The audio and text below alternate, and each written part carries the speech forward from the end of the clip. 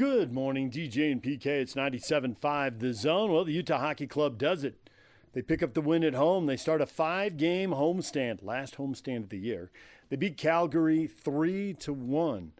And good performance. Vejmelka gave up 1 goal, made 32 saves. That puts his save percentage around 97.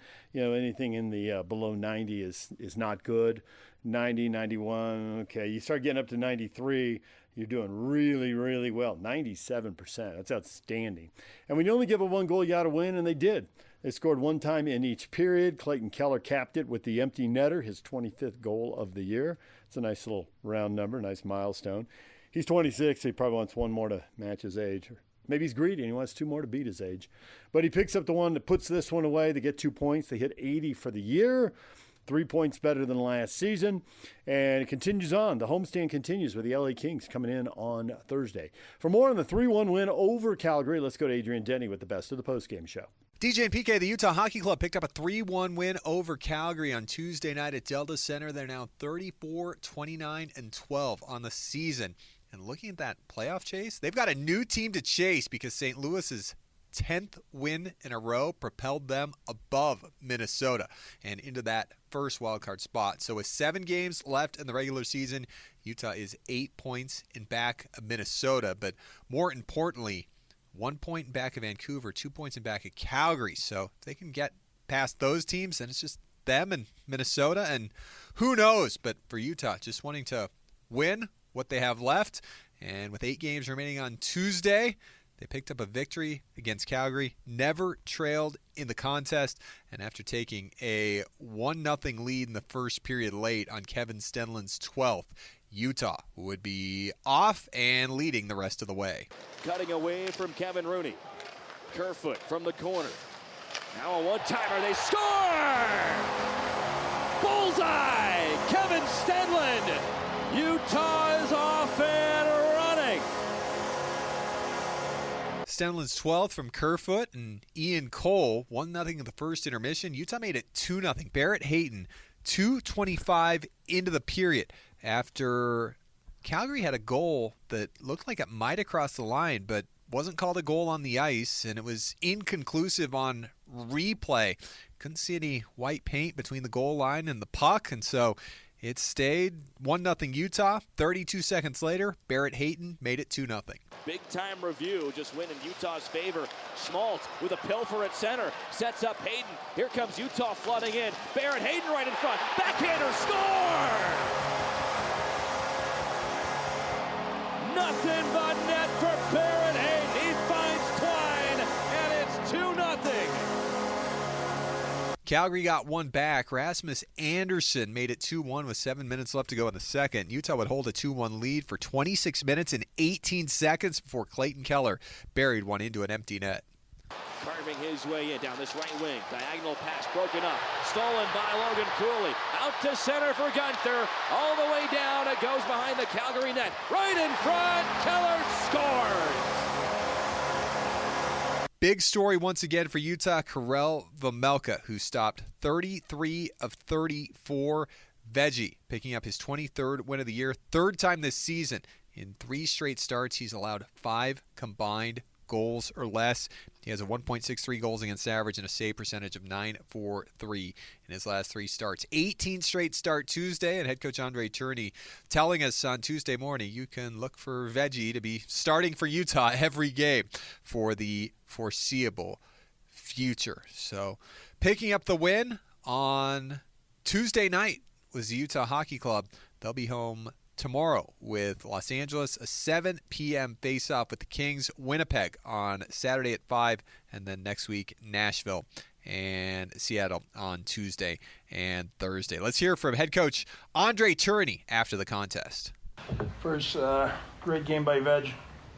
I think it was a lead with a key moment. I think the first 2 periods were really stingy defensively. We had a lot of chances as well offensively. We could have closed the game. We could have separated ourselves. We didn't, but we stayed with it. And in the third, I like our mindset in terms of urgency defensively. I think we back up a little bit too much, but other than that, I think we find a way. We had big kills as well, so that's what I think. You're 3-0 against Calgary. Same thing with Vancouver. Close to that with St. Louis. Close to that with Minnesota. Is it easier to get up for these games against the teams that you know you're chasing? Well, yeah. I think that group like big game. They like the stage. You know, from the season opener to the way we play against Tampa here, or so on and so forth. We can go at a lot of key game where that group stepped up and they were ready. Have you learned anything new about Vejmelka in terms of how he's handled himself on and off the ice during this stretch? Yeah, it's interesting. It's a good question because Veg is learning something about it. It's not really how we'll call it, but Veg in the past been known for when he gets tired, he had a kind of a difficult time. And that was important for us to go through that and learn to battle through and stuff like that. Like I said this morning, at some point, if we're in the 15, 16, 20, 24 game run in the playoff, he needs to be able to sustain. And it's not easy. It's tough, and it's tough mentally and tough physically. And what he's going through now will help when that will happen, because he will have been through it. He will have situation. He will say, okay, I've been through that. I learned from it and stuff like that. So I think it's good for him to go through that, and it's good to it's as a goalie, there's a different vibe when, okay, I had a bad game. That's over. No, I need to be good tonight. And that's exactly what happened when you're in the playoff. You can lose 8-0 yesterday. Doesn't matter. Next game, you need to be ready and move on. And so I think that stretch will have teach him that. Will have make him go through it and learn from it. So I think it's good for him. How does the team react to clutch saves that Veggie makes throughout the game? That energizes us. There's no doubt about it. I think the guys were jacked on the bench when he made those two saves in the third. I think from there, I think we're way more stingy. Can you touch on the effort that it took to defend that 1-goal lead for 26 minutes before Clayton's goal went in? Yeah, there's I think that we had opportunity to put the game away. We hit the nub twice and stuff like that. So I think that I like that part. Like I said, I didn't like the way we backed up a little bit. We give a little bit too much room in the neutral zone, give them the opportunity to attack off the rush. So that's something we'll clean up. But I like the effort of the guys. I like the urgency of wanting to do the right thing. Can you touch a little on the Stenlund, Kerfoot, Bukestad line and what you saw from them tonight? For a few nights in a row now, they're playing solid. They're assertive. They're heavy on puck. They're heavy down low. They're confident, and they're so dialed in. The trust is to the roof. Gunther goes out with a puck to the face. Not the first time we've seen that this year. Keller had one not too long ago. Is there ever any doubt in your mind as a coach that your guys will be back in the game and be back quickly? No doubt. They're a hockey player. They're never a doubt. Never a doubt. If they're not coming back, I know just because we'll miss time. There's concussion or there's something. It's not a scratch for sure. Like he touched on, Gunther comes back from taking a puck or a stick up high. Vejmelka's performance, Sergachev lays out to block a shot. Yeah. What is the stretch of games saying about how competitive this team is, despite where you guys are in the standings? But that's the point. Is we'll never quit. That's what you want to raise. That's what you want to be as a team. Team will never quit. There's no quitting in that room. There's no quitting in those players. That's only one thing we want to do, and we want to pursue our objective, and we'll won't quit. We won't quit until they pull the plug, and if they do, it is what it is. But we won't give them any reason to do it. So we have a bunch of players who are so competitive, and they're so proud to play in that season. The way we've been supported by the fans, and we're so fortunate. So I think we want to give it back. How do you want this team to react to uncontrollable factors like St. Louis's big win streak? It's nothing we can do about that. It is what it is. It's out of our control. We need to keep winning. Like I said, it's whatever the math is, whatever the percentage is, we're alive. Let's keep fighting. Do you think about the way Nick DeSimone has come in and plugged into that spot in the third pair? Yeah, he did a good job. He has a really good stick and he can move the puck, can make good plays. I think he's a good NHL player, and I think it was a hell of an addition for us. It's great depth. Same question about Kyler Yamamoto. I think he was really good. I think the first two periods might have been our best player, and in the third, I think Veg took the pole position. But he was really good in the first two periods. Cut good plays, made good read defensively, made good play with the puck, cut plays, had a great stick. So I think he did a great job. Penalty kill has had to come up quite a bit in the last few games, but what are you seeing out of that group? And even Alexander Kerfoot tonight really putting extra effort into that. Kerfoot and Stanley are so good in the PK, It's just a little story. A couple of games ago, we're here at home and we're up by one, and then we're killing one in the third, and they clear the puck and they come on the bench about 20 seconds in the PK, and I give it to them. I say, hey, you're the two best penalty killer in the league, and you're changing after 20 seconds? What are you doing? Stay out there. And they were looking at me kind of, what are you talking about? I said, hey, you're the two best in the league. You stay out there. Well, we'll tell you when to come. So that's what I think of them. Thanks, Coach. So as we said, still some hope in that playoff picture that maybe we didn't expect late last week. But now Utah's 2-0-1 in their last three, and Vancouver and Calgary have both dropped their last game, and we'll just see what happens tonight when Minnesota plays the Rangers. DJ and PK back on Thursday night with the LA Kings, 6 o'clock right here on 97.5, the KSL Sports Zone for Hockey Night in Utah. There is the best of the post-game show. We're going to take a break. When we come back, we're going up on the hill to hear from the University of Utah as spring football practice continues. Stay with us.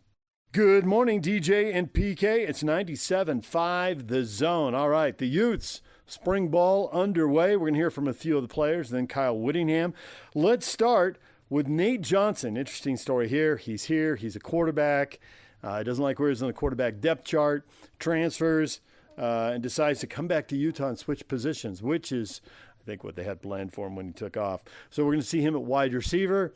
Doesn't mean there couldn't be trick plays. Doesn't mean he couldn't be an emergency quarterback. You never know. With the change at offensive coordinator, maybe he's a better fit. We'll just see how it works out. Here's Nate Johnson with the media. Obviously being back, I'm sure things are different. What has been different for you, and what made Utah attractive to be here again? Playing a different role. I came back to play the athlete role, being the Swiss Army knife, doing the quarterback, pretty much doing everything. And I'm really glad to be back here. Coach Witt has that trust in me and to be a Swiss Army knife, and he trusted me to come back here and be a playmaker. So, obviously there's new coaches, new players, and so far it's been a good 6 practices. How different is this offense, knowing that you can be that Swiss Army knife guy? It's pretty different. You got different coaches giving you different things, but I think this offense is going to be really well. Last year their offense was averaging, I think, like 30 points a game or something. So I think this offense is going to be really well this year. What's the key for you as a Swiss Army knife in terms of learning and digesting everything that could be on your plate, because you have so much more? Just making plays. That's all it is. Making plays on offense. Got to be. My coach tells me to got to be 3 things: reliable, durability, and just got to be consistent. Got to be consistent every single day. So as long as I do those 3 things, I'll be all right. Take me through your decision to transfer back here to Utah, and what it went into that, and what made Utah attractive. I just came back here to be a Swiss Army knife. That was it. How quickly when you hit the portal, did Utah hit you up pretty quickly? Yeah, I would say yeah. Then once I came back and do the athlete role, it was looking good, and these coaches trusted in me, and once they trusted in me, I'm good. I'm glad to be back here. Does it make it your job easier in that athlete role, knowing that Devin can, tuck the ball and run himself? A little bit. It's fun seeing him run the ball, because I used to do the same thing. I'm obviously still back there playing QB a little bit, but it does make my role a little bit easier, but it's also a lot more because I'm doing a lot more. But having Dev back there and having his leadership is going to be really well this year. I'm excited to see him play, and I'm excited to see our offense play this year. Playing quarterback a ton, how much does that give you an advantage as the Swiss Army knife, knowing that you understand coverages, you understand that kind of stuff? It obviously gives me a big advantage, reading coverages, reading defenses, knowing where the blitz is coming from. It obviously gives me a big advantage. And also in the quarterback room, I can help out the other quarterbacks as well, reading it. Because our defense, I'm gone against our defense for 3 years now, you know. And just having them helping out in the quarterback room and having them knowing the defense and knowing where to go with the ball, it's a big advantage. What are your initial thoughts of the other guys in the quarterback room? Really good players. Isaac Wilson's a really good player. Obviously, Dev came last year, had a really great season, rushing for over 1,000 yards, throwing for over 2,000. So I know he's going to be a good player this year. And obviously, we got, as you saw today, Bird got a little active today as well. So I think our quarterback room is really well. All right, there is Nate Johnson. Now here is Caleb Lomu. Caleb, how's spring ball going? It's going great. A little cold today, but other than that, we got 6 practices down. It's looking great. The new offense, I'm loving it so far. The defense looking great, obviously like they do every year, but it's fun to be back out here competing with offense and the defense and just having fun. With this new offense, what do you like most about it? We have lots of options. You know, with Devin in the backfield, he can run, he can throw, he can make whatever happen. So we have so many more options where QB can just take it and run it, sit in there and just throw it. And so the diversity that we have with the offense, I really like. Other than last year, we were kind of limited, but now we can open the book a little and do more. What's your relationship like with Devin, and how have you guys kind of been building that chemistry throughout spring practice? Yeah, I love Devin. Devin was from Arizona. I played him in high school. He killed us, of course. But I know Devin for a little, not too close, but now that he's here, I love having him here. He has a great spirit to the team. Coach Harding's looking over here. Great spirit to the team. He came in, he was on the leadership council in 3 weeks, so that shows how much of a leader he is already. And so, Spencer, he brings great energy to the team, and we all love him. I'm glad we have him. What's the key for you going into your second year as a starter in terms of taking your game to that next level? Just improve, you know. Kind of compared to Spencer, to his first year to his second, he had a huge jump, so I'm hoping to have as big as a jump that he had. So there's too many people over there. Just having a big jump and just making a huge progress, leading the team, being a leader on the team, guiding the team to a Big 12 championship, to the playoffs, as much as I can do just as a lineman, but just get to the bigger goals that we have as a team. How much of a benefit is it to have all 5 of you guys returning and then the starters returning this year? Oh, it's huge. It's huge because our chemistry that we have is amazing. From last year carrying it into this year, it's just great to have. We're the most veteran room on the offense, just having the new offense come in and so many more players come in. So we're definitely the most veteran room, and just having that chemistry, knowing everyone's looking up to us. Everyone's looking up to us to lead the offense, and so we like to take that role as an O-line and lead the offense. Ike Garcia is kind of an offensive line similar to you. You had a red shirt. Both of you guys had a red shirt year, and so I think there's a lot of hope with him that he can take a step forward in his game. What have you seen from Ike? Oh, I freaking love Ike. Ike's been improving so much. He's been getting, I don't even know how many reps. A lot of reps. They've just been throwing him in with our new formations that we have. More offensive linemen are getting opportunities. So great answer. It's a great answer. But he's showing so much improvement on the O-line and taking advantage of his reps. So I'm super excited for Ike. There's Caleb Lomu now. Here's Landon King looking for a tight end to break out. Could he be the guy? Here's Landon King with the media. How are you feeling about going into this year? I'm feeling good. I feel like, me, Dallin, Hunter, I feel like that's a good 3-core right there. We all bring something different to the table. And like you said, man, just out here competing, man, so. The vibes last year were kind of tough in terms of just how the team, going through losing, stuff like that. What's the difference maybe coming into spring right now with this team? Honestly, just having fun, We're not even really thinking about that. We already know what we did last year. We already know that we got that bad taste in our mouth. So right now, we're really just having fun, getting right with the new teammates, you feel me, and really just seeing, the new culture here at Utah, you feel me? So. How do you feel your chemistry is building and developing with Devin Dent here? I think it's great. Like I said before, Dev, he's probably doing one of the best jobs getting everybody, you feel me, go out to eat, go over to his house, just chill. So, just easy stuff like that, it really goes a long way. So. Landon, you could have easily transferred last year. What made you stick? Utah. Can't leave now. Come on now. What kind of role do you want to take this year? Obviously, you want the ball. You want to be able to be a factor in there. But do you have anything personal that you want to kind of fit in there?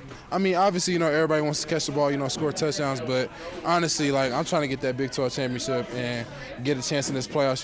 This is my last year, in college football. So really just taking advantage of this as, a team aspect of it. I never won a championship, in my football career. So, being able to come out here, and work towards that goal, that's what's been keeping me going. What did it mean to you to be selected to the leadership council?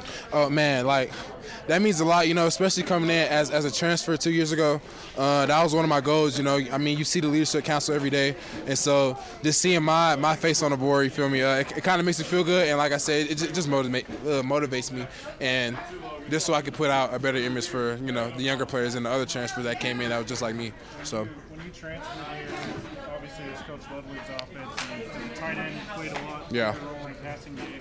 Coach Beck's offense, at least last year, wasn't it? Yeah.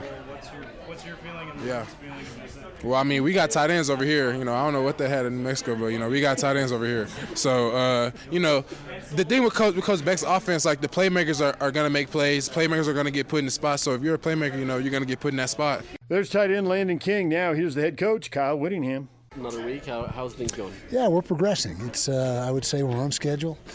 We're now in the middle third of spring ball. Practices the next 5, 6 through 10, and so far we've made a lot of progress. Some guys are stepping up. Really impressed with Bird Ficklin, the quarterback, the freshman, true freshman. He's doing some good things. Running backs are showing a lot of promise. Still got to sort things out at wide receiver. That's a position right now that is still we're trying to determine who the real go-to guys are going to be, and it's going to be a process. It'll probably take all the way through spring and maybe into some fall camp, but we've got to get that decided. Offensive line has advertised, got a good group up front. Defense running around making plays, so a lot of good things in the first 6 practices. For that wide receiver room, is there anybody that you feel confident in, or is it more just kind of a pecking order type situation? No, we feel confident in a bunch of them. It's just who's going to step up consistently and make plays. And so it's not like we're searching for a guy that can catch the ball or make a play. It's who's going to step up and be the go-to guy, because that has to happen. What sort of progress have you seen from tight end Landon King? Landon's done a nice job. He's put some weight on. He's about 10 pounds heavier than he was last year, so that's helped him. And he's kind of a hybrid. He's not really a true hand-in-the-dirt tight end, and he's not really a true H-back mover. He's a tweener. But I think we're using him in a lot of good ways and doing some different things with him. Dallin Bentley, speaking of tight ends, is really having a really good spring camp. For the first 6 days, he's been at his best. He's definitely playing his best football since he's got here. And so we feel like the tight end spot, although not as much 12 personnel and personnel groups with 2 tight ends that we've used in the past, they're going to still be a big factor. You moved Hunter Andrews from linebacker to running back to linebacker, and now he's at tight end. Yeah. Well, he's a hybrid. He's more a running back tight end slash guy. He's not really a true tight end. But anyway, go ahead. I was just going to ask, what have you seen from him for these first 2 weeks? Good things. Good things. He's a typical big back when he's in the backfield. Does a great job in blitz pickup. He's got excellent speed. He's a 4.4 kid, so he's got the ability to go the distance. He was a really good running back in high school, over 1,000 yards his senior year, and he's also doing a lot of things at the tight end spot. So he's one of those guys, kind of like Nate Johnson, that's playing several positions. How's Ryan Davis looked, and how's his connection, with Devin coming from New Mexico? Yeah, Ryan's done a nice job, and he obviously has a leg up knowing the offense, just like Devin does, and just like running back Rogers does. But he's a guy that shows up every day, works hard, and really is going to add to what we're doing. Do you feel this offense suits your offensive line and your strengths well? I do. It's a run-heavy offense in a lot of ways, and our offensive line loves to run block, and I think that it's a really good fit for the personnel that we have up front. You mentioned Bird. What was the biggest thing that stood out from him so far? Well, just he's getting really good command of the offense. He's got a big-time arm. His arm is live, and he's accurate. And so he's put on some weight. He was a little thin when he got here, but he's put on like 15 pounds since he's got here. And he is really starting to feel comfortable in the offense and doing things that we saw him doing his high school tape. You said that Wayshawn had the inside track on the running back. Who are the guys behind him that you're starting to see that could push him? Well, Rogers is doing a good job. Daniel Bray, the freshman, is a guy that he's a little different type of back. He'll have a role for us. Hunter Andrews is doing a nice job there. Nate Johnson's also getting some reps at running back. And also when you have a quarterback like Devin Dampier, who rushed for over 1,100 yards last year, that's part of the running game and part of the run game production. So, we expect him to be a big part of it here as well this year. Have you started to see any separation in the cornerbacks room? Corners, well, Scooby Davis seems to have a really good hold on one of the outside spots. Smith Snowden's got the nickel spot locked down right now, and so the battle is really for that corner opposite Scooby. And right now I'd say Blake Cotton is doing some good things, as is Donovan Saunders, and who else was showing up? But Tristan Thompson's doing a nice job. So. What about behind Smith? Behind Smith? Benny, Jackson Benny is doing a nice job there, and some other guys that were, the nickel's kind of a specialty spot, and so we're trying to get the outside solidified first. Then we'll determine who's going to really be the backup or the third nickel. There is Kyle Whittingham and the Utes. Hey, a reminder: join Hans and Scotty today from noon to 3 at RGS Exteriors, 4235 Farm Road in West Jordan. We're going to take a break. When we come back, we talk with the godfather of Utah hoops. That's right, Jeff Judkins. Outside of playing at Utah, being an assistant men's coach at Utah, being an assistant men's coach at BYU, being the head women's coach at BYU, and being an assistant women's coach at Utah, he really didn't have very deep ties, right? Lee Cummard, who's scheduled to join us coming up this morning at 8 o'clock, coached with Juddy. Now he's the BYU women's coach, just got named. And, of course, Alex Jensen played when Juddy was an assistant at the U. So he's got ties to both these new coaches. Plenty to talk about with Jeff Judkins next. DJ PK, it's 97.5 The Zone. We are joined by the godfather, Jeff Judkins. Juddy, good morning. Good morning, David. Can you believe it? You were just a kid at Highland High School about 15 minutes ago with a dream of playing college basketball, and now they're hiring college coaches, and everybody's got a tie to you. Alex Jensen played when you were coaching at the U. Lee Cummard was on your staff when you were coaching at BYU. Just give me your best Vito Corleone. Go ahead. I guess I've been around some good people, and hopefully I've helped them develop a little bit in basketball and take a little bit of my knowledge, but I'm really happy for both of them. They've put the time in. They've made the sacrifice to be able to have this opportunity, and it's hard. It's hard to be a head coach. It's hard to get that job. There's a lot of things that go through that you just don't always get what you want. I know Coach Vergeris used to tell me all the time, he said, whatever in basketball, he says, whatever makes sense never happens. And I think it's true sometimes. There's people that don't get jobs or try to get jobs and it just never works out for them. And, so I'm real happy for really both of them. I think they'll both do a really good job. I know you talked to Alex in the process. Did you talk to Lee? Lee didn't really. He kind of talked to me a little bit. He wasn't really sure, and Lee is a kind of a guy that keeps a lot of things to himself. He did let me know before it got announced, which was really nice. He let me know that he was going to accept the job, but I knew he had a good shot for it. I really thought when I retired, I thought he would be the one following me because of his ties to BYU and also what he did for me and the success that we had. So I'm really happy for him. I think he's really excited about the new challenge. When you retired, that was funny. I enjoyed that. Retiring is one of the hardest things to decide as a coach, as a player. A lot of people everybody makes that decision, but in sports, it's a little bit harder because sometimes you feel like you're not really ready, but you are, and it's just hard. So many athletes, struggle with it because some of them stay a little bit too long, and some of them retired too early. I think Barry Sanders retired too early personally, but he did it when he was on top, and so it's a hard decision sometimes. I just saw another coach, an older coach, retire from Georgia Tech. She did really well this year, and then she decided, I guess it's just so hard with NIL and all this other stuff. Alex has kind of talked to me a little bit about the NIL because I really wasn't too much involved in it, and it's really difficult. I didn't realize how hard it is. Yeah, it's an important aspect.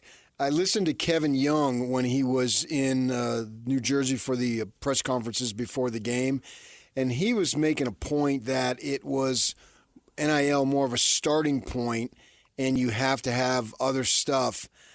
I agree that you have to have the other stuff, but I'm wondering, his point was it's not a deal clincher. But I wonder how true that is. Can you make that as a blanket statement for everybody that it's not a deal clincher? Maybe for some I'm it going to isn't. tell you right now, I don't care what anybody says. Money is the biggest decision for these kids. And they've got agents now helping them. And you well know agents get a percentage of what these kids make. And it's all money. I mean, let's face it, every university has facilities and has nice things. Some's a little bit nicer than others, but it's all very competitive. Coaching and the atmosphere is good everywhere. I mean, there are certain schools, of course, that are better than others, but most of the big schools, they've got fan support, they've got TV coverage. I remember back in the olden days, they were talking about if you went to Notre Dame or you went to Duke, you're going to be on TV once a week. Now everybody can see you, so it doesn't make that big a deal like it used to. Like, I want to play on NBC or I want to play on ESPN. It's not that way anymore. It's when all it comes down to it, it's money. And a guy said something to me yesterday. It really I thought you're kidding. I didn't realize. He said there's only one team in the Final Four that's got freshmen playing for them, and that's Duke. Yeah. That's it. And it's becoming where you're recruiting the agent, not just a kid anymore. And so that's very difficult because really the part I enjoyed about college coaching was relationships with the player and their families. I mean, I really enjoyed that as a coach, walking in a home, selling the university, getting to know that family, getting to know them, and having 4 years to build a great relationship. It's gone now. It's wiped out. It's kind of like when Doliak got in the pros, and he called me his first year, and he goes, "Coach, this is not even close to college. None of these guys do anything together. We don't go out to dinner. We don't hang out together. We're just alone." And that's college basketball is turning to that, and it's really sad because those are some of the greatest parts of my really basketball career was college, playing with really good players and having that relationship with the coach and all that. So I kind of feel for these guys now. They've kind of made it really difficult. Do you think that both Lee and Alex will have enough NIL to win at the level that they are expected to win at? I don't know so much with Lee. I know the women, the numbers aren't what they are with the men. But I think he has to have enough money that he can compete in the Big 12, and he can be able to. If a kid comes down to a kid making a decision of school in the Power 5, that he's got enough money to maybe persuade that person. Alex definitely has to get. I think he will get it. I think that was a big thing why he was. When they were talking to him, I think that was an issue that I'm sure he brought up. I've got to have this much money with the NIL, and I've got to be able to compete with everybody else on it. because I think he's seen it. He's seen it in the pros with the money and all that. I know he knows how to deal with it probably better than a lot of coaches because of his experience in the NBA and all that. So you have to. It's bad of me to say this. You have to have it. You have to have enough money that you can be able to compete with everybody, because it comes down to that. It used to be then you had to have a great staff, a great head coach, and have all that other stuff. But now what you're saying is, and Alex has made a couple hires, and we believe they're good hires. But it's almost, can I say that the money's more important than the hires? Well, I would say it is, but I think Alex has to do a lot of things. That not just winning's the biggest thing. Of course, he has to put a product out there that's winning, and people are excited that Utah's winning now, and they're doing well in the NCAA tournament.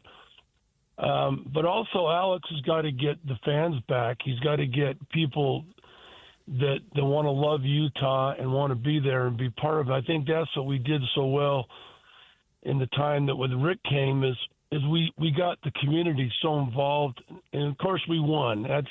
That makes it a lot easier to cheer for somebody that's winning.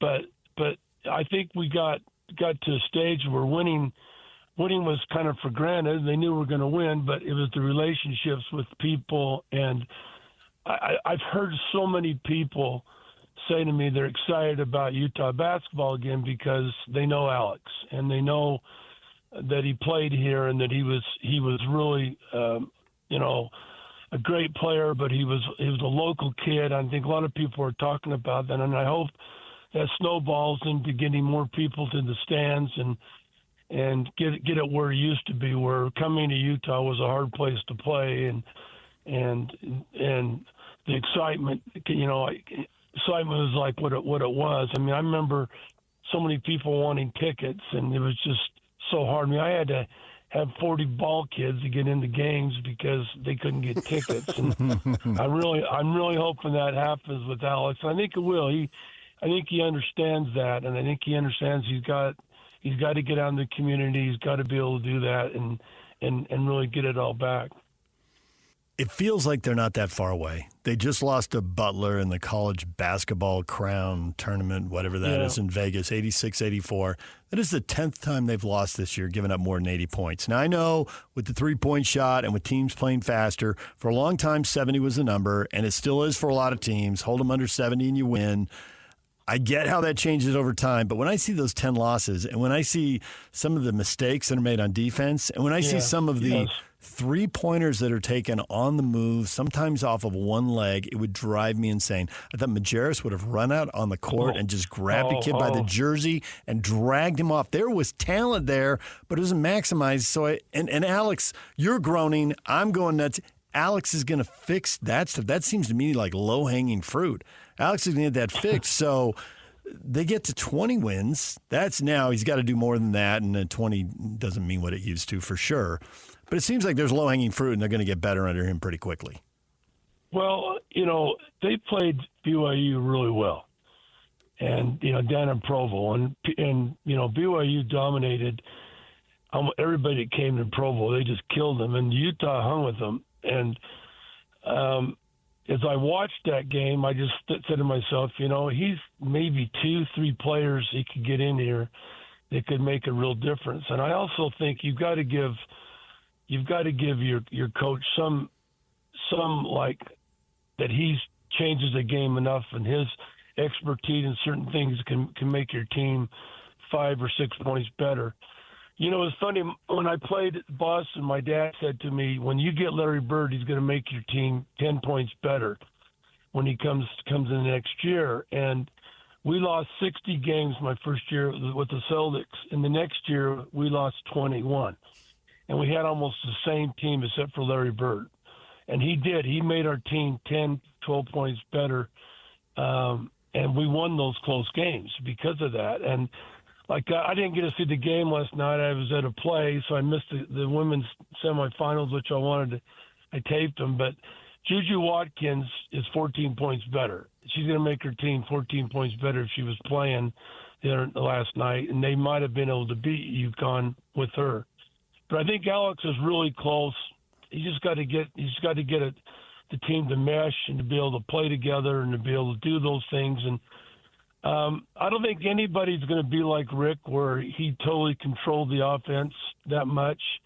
When I got my job, I tried to control the offense, but I gave my players a little more green light that they could try to create. I used to tell Coach that all the time. I'd go, Coach, you'd be hard to play with offensively because you're afraid to take a shot because that's not what you want us to do. You got to kind of give some of these players a green light a little bit, and it's hard. And I'm sure Alex, with the NBA and seeing some of the shots Luka took over his career, I'm sure he's a little bit more understanding about that. But I'm sure he'll do things that he'll let players do that, but he'll expect them to do some other things a lot better. And I'm just excited for both these guys. I think they've really waited their turn, and hopefully they'll be able to do things that they want to.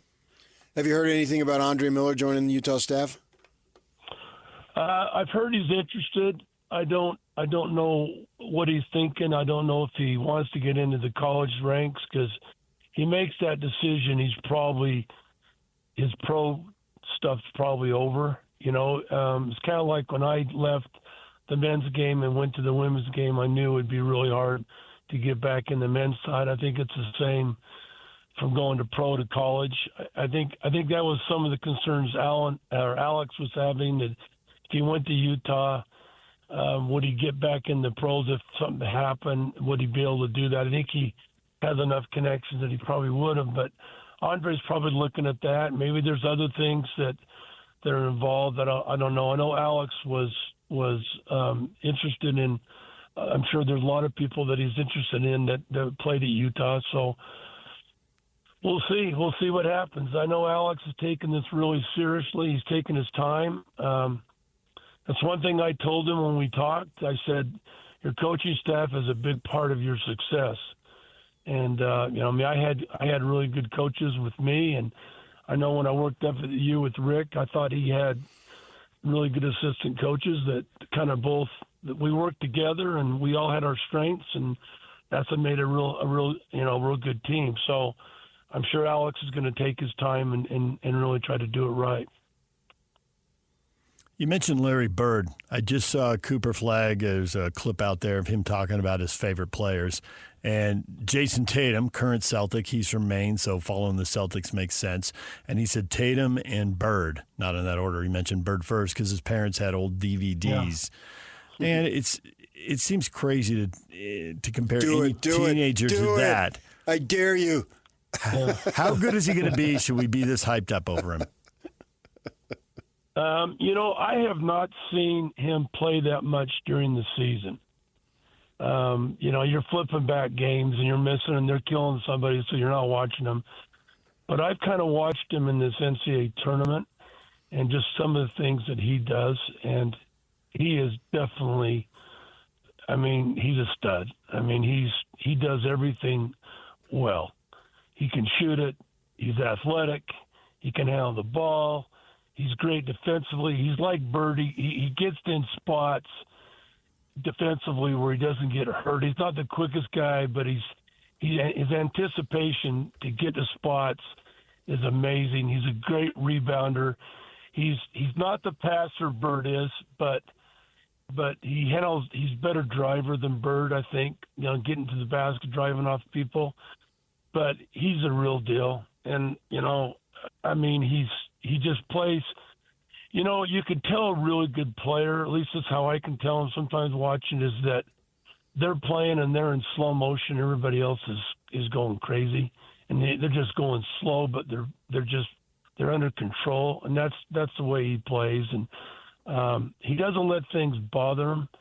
When he makes a mistake or something happens, he doesn't go back and try too hard. His maturity at his age is amazing. I think he's a real deal. And I know the Jazz, I take it the Jazz are hoping they get the number one pick, and I'm sure he'll be the one. And whatever team he gets on. The sad part, he's going to get on a team that's not very good right at the start, and it'll be tough, but I think he can really deal with it. But Duke's really good. I mean, I would say right now I'd pick them to win it because of what they can do, controlling the game and everything. It's like the other night they're playing Alabama, and Alabama's starting to make a run, and they don't come down and take bad shots. They come down and they run their stuff, and when they're up on people like 10 to 16 points, they don't come down and just force up quick shots. They come down and take really good shots and run their stuff. And but he's a fun player to watch, and I think he's gonna surprise a lot of people. Isaiah Collier's gotten some run here as point guard, set the record in terms of rookie assists, passing Stockton. And, he reminds me a little bit of Andre with the strong body and being able to get in the paint and withstand contact because he's a young physical kid. And, Andre was so exceptional at that. We'll see how that develops here in the coming years. But the knock on him is he can't shoot. You were known as a shot doctor. How much can you actually improve your shooting once you get in the NBA and literally can work on it as long as you want? Well, the nice thing is the last word you said, work on it as long as you want. There's no restriction. You don't have school, you don't have lab, and you don't have other things that distract you from not practicing and doing the things that you want to. I'm convinced of this. I think players become better shooters from high school to college because you get in college and you've got a coach that's working with you, and you've got a little bit more time and you have more access to the gym. Well, it's even better from college to pro because you don't have school. You have access to the facility. You have so many coaches. But I guess college coaches are starting to get – BYU has 20 assistant coaches. So I guess they're getting more coaches that can do all that. But, yeah, your shooting's going to get better. Bird's did. Mine did.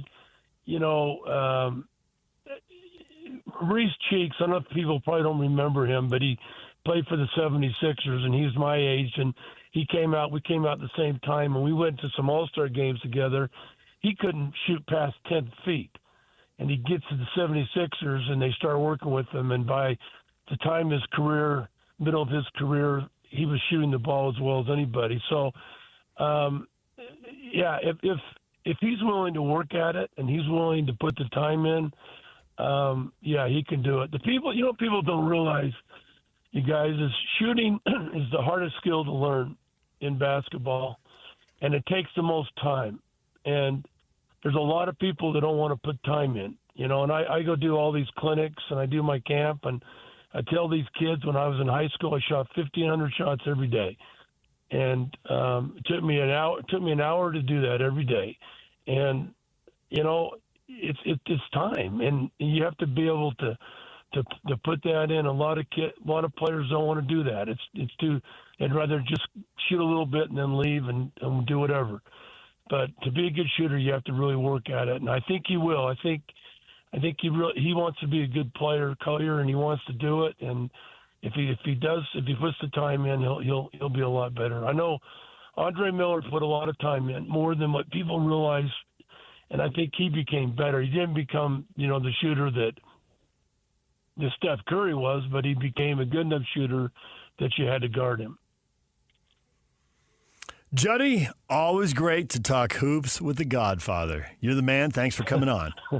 Well, thanks for having me on, and I think it's going to be nice to see some new faces and see what can happen. DJ and PK proudly presented by our title sponsor, Black Desert Resort, Utah's premier golf resort. We're going to take a break. When we come back, what is trending? The headlines are next.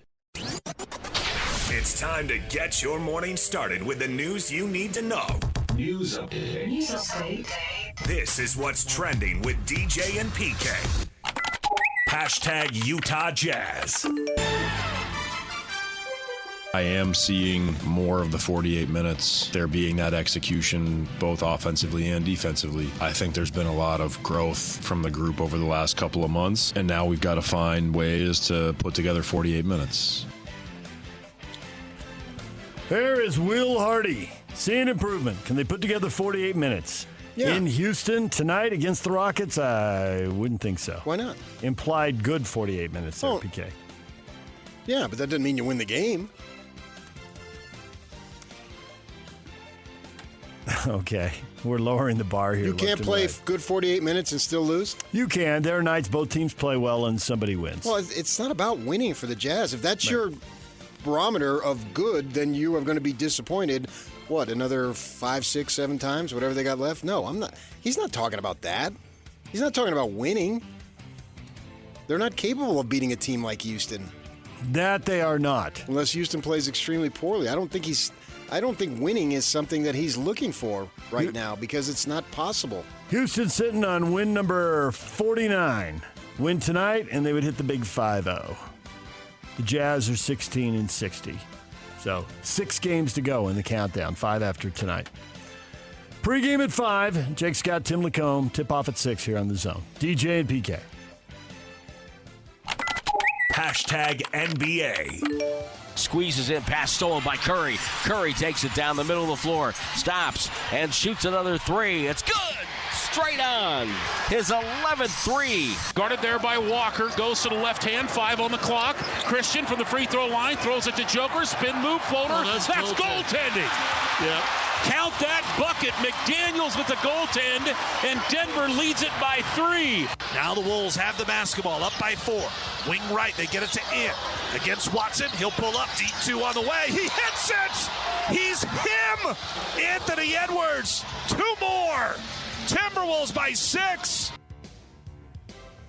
Highlights around the NBA. The Minnesota Timberwolves spoiling Nikola Jokic's 61-point, 10-rebound, 10-assist performance. Minnesota wins in double overtime, 140-139. They played the playoffs last year. They play a game like this in the regular season. You ready to see them go at it again in the postseason? Give me a Minnesota-Denver playoff series. I haven't looked at the standings to see if what round they would play, if they would play, if they'd have to be in a conference final. So whatever the playoff series brings, I'm going to be into them.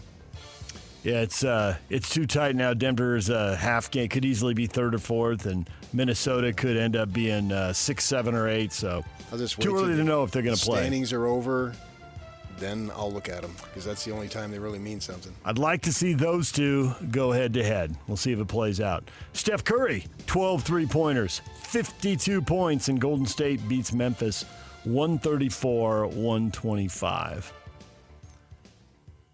He still has these games. He doesn't seem to have them as often, but he can still do it. And the Warriors end up beating Memphis, a team that was up in the 2nd spot and has now plummeted to 6th in the West, and the Warriors pass them and move into 5th. Well, they haven't won a game since they fired Jenkins. Nope. They're sitting on a 4-game losing streak right now. And the Bucks with the highest single-game shooting percentage by any NBA team this century, 68.9%. Made 51 of 74 shots, and they beat Phoenix 133-123. And the Suns look like the team in the West. It was 11 teams for 10 spots, and they look like the team that'll miss the play-in. Yeah, Durant's out. I think that they need to blow that thing up. It's not working, obviously. DJ PK. #NFL. I would say it was a good sign that he wanted to do that, and we keep hearing that he's I guess headed in our direction, and so it seems to be all signs are positive so far. And you make the decision that you want to pay a quarterback that has obviously been underpaid for his first 3 seasons in the NFL. You have to make sacrifices somewhere. San Francisco 49ers owner Jed York saying some of the players who left the franchise's roster were a casualty of quarterback Brock Purdy's expected lucrative extension that will put a strain on their salary cap.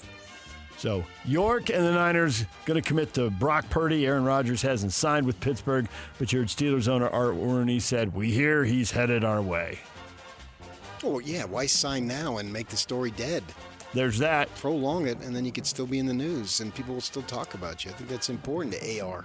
And is he rooting for the outside chance that somehow it blows up with Brock Purdy and the guy who grew up in Chico gets to go to the relatively hometown San Francisco 49ers, the home region? Well, I think if he wants to go there, he could. That don't take as much money. Yeah, but he wants to play if Purdy's the starter. Then beat him out. You're going to go to a place where does that? I want someone who's not interested in competition? Not really. Dallas Cowboy owner Jerry Jones tossed a potential wrench in contract negotiations with Micah Parsons, saying to Parsons' agent, the agent is not a factor here, and I don't know his name. And so my point is that I'm not trying to demean him anyway, but this isn't about an agent. Cowboys, winning record or losing record? Winning. Oh, really? Okay. I mean, they will be healthier, so that'll help. NFL owners approved a proposal by the competition committee yesterday to incorporate player, coach, and team statistics from the All-America Football Conference into official NFL records. That would move Paul Brown up the career wins list and change a couple of other team records. The AFL records counted. Most of the time when there's a merger, they don't count. Wayne Gretzky's goals in the World Hockey Association are not recognized by the NHL, so it's making Ovechkin easier to catch his record. That stuff doesn't really mean anything to me. Is Gretzky's legacy diminished because of that? Nope, he's still the great one. So is Paul Brown going to get more credit? I'm not into big career stuff. How good were you in the time that you played? Paul Brown was awesome, and then you follow his coaching tree, and you realize his ideas remain awesome today. You can draw a line from Paul Brown all the way to Andy Reid. So Paul Brown is the man. I'll take you on your word for that. I wouldn't have. He coached the Browns. Outside of that, I have no idea what he did. He coached the Bengals. No idea. Yeah, and one of his guys was Bill Walsh. No one idea. of Bill Walsh's guys was Mike Holmgren, and Andy Reid worked for Mike Holmgren. So I didn't doubt you. DJ and PK. Hashtag college football. Former Notre Dame and Arizona State quarterback Drew Pine has left the Missouri Tigers football program. He will now be seeking a fourth program to call home. He will be a sixth-year senior this fall. Is that going to be the record? 4 programs, 6 years? Well, you gave me Missouri and Arizona State. What else? So Notre Dame? That's Who the is 3? That's 3 of the 4. So, there's already been 4? Oh, no, he'll be looking for 4. So whoever it is. Notre Dame, ASU, Missouri, and now he's looking for his 4th Well, in that 6 just screams years. he's not good enough, and so he wants to go to a place where there's no competition. I don't want him if that's the case. Back to Aaron Rodgers. If you don't want to compete, I'm not interested in having you. Coastal Carolina says fans can feast for free for the 2025 football season, making them the first FBS program in the country to offer free concessions at games. You buy a ticket to the game, you'll be able to select up to 4 items per concession stand visit for a menu selection of hot dogs, nachos, popcorn, and fountain drinks. So go get all the calories you want. Well, if you take diet, though. Diet popcorn? Diet hot dogs? No. Diet soda. Fountain drinks. Good for them. I mean, whatever. I don't go to the games to eat. DJ PK. Hashtag Major League Baseball. 2-2 pitch. Swung on. High fly ball. Deep left field. Bellinger back. Track. Wall. It is gone!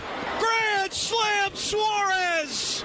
And a dagger to the Yankees late as the Diamondbacks now take a 7-4 lead. Swings at the first pitch. Sends it high and deep to right center field. Jones is back at the wall. This one gonna go! First of the year for Jackson Merrill. The 1-1 pitch. Mookie, fly ball, left field, going back toward the wall. It is gone! PK's arms went above his head. Suarez with the grand slam that vaults the Diamondbacks in front of the Yankees, and they went 7-5. Taking down the pinstripes. It was 7-4 at the time, but yeah. 7-5 the final. Rice hit a home run in the 9th to get it closer. Jackson Merrill's home run there, backed up by Michael King striking out 11 in 5 innings, and the Padres shut out the Guardians 7-0. And yet they're still chasing the Dodgers because they remain undefeated, a perfect 7-0. Destin May back on the hill, and the Dodgers beat the Braves 3-1. They took a lot of pitching injuries last year. Are they actually going to be more? And they also keep just bringing in guys. Is there anything that could go wrong for the Dodgers this year? Not in the regular season, no. Yeah.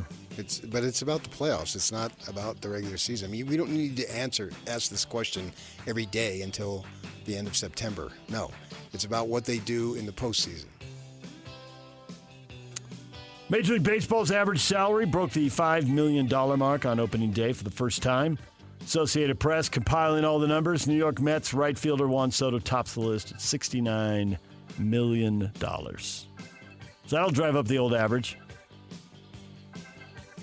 Mets off to a 2-3 start with him. Waiting for the magic to happen. Salt Lake Bees blowing out Albuquerque 15-1 in the series opener. Game 2 in the series tonight with first pitch set for 6:35. Tony Park's on the call at 6:20. DJ and PK. Hashtag NHL. Kerfoot from the corner. Now a one-timer. They score! Bullseye! Kevin Stenlund. Utah is off and running. Big-time review just win in Utah's favor. Schmaltz with a pilfer at center. Sets up Hayden. Here comes Utah flooding in. Barrett Hayden right in front. Backhander, score! Diagonal pass broken up. Stolen by Logan Cooley. Out to center for Gunther. All the way down. It goes behind the Calgary net. Right in front. Keller scores. The Utah Hockey Club beats the Calgary Flames 3-1. They score one time in each of the 3 periods, never trail, hit 80 points for the season, thrill the home fans. Karel Vejmelka, again, awesome, 33 saves, allows just the 1 goal, and helps them pick up the win at home. Final home stand of the year. Last 5 home games, well, never done the last 4 home games, and the LA Kings will be at the Delta Center tomorrow. Awesome. Veggie was awesome. Watched a little bit of that. Had the rough patch, but now he's back. The Bear talking about, hey, I don't want to hear about how many starts in a row he has. You get to the Stanley Cup final, you're going to have to play each of those games. You just set it up for that, so shut the bleep up. I added that part. 18 in a row. That was implied. It was implied. You heard it. What is trending is brought to you by Shamrock Plumbing. There's no job too big or too small. Get the personal touch with Shamrock Plumbing. All right, coming up this morning, Lee Cummard, the new BYU women's basketball coach, will join us at 8 o'clock. Tim LaComb, Jazz analyst for SEG Media at 9 o'clock. Former college basketball assistant coach, will talk Final Four with us as well. So win tickets Wednesday. We got concert tickets, Volbeat, Greatest of All Tours Worldwide. July 19th, Utah First Credit Union Amphitheater. We'll give those tickets away in the 8 o'clock hour. It's all ahead. The question of the day is next, right here on The Zone.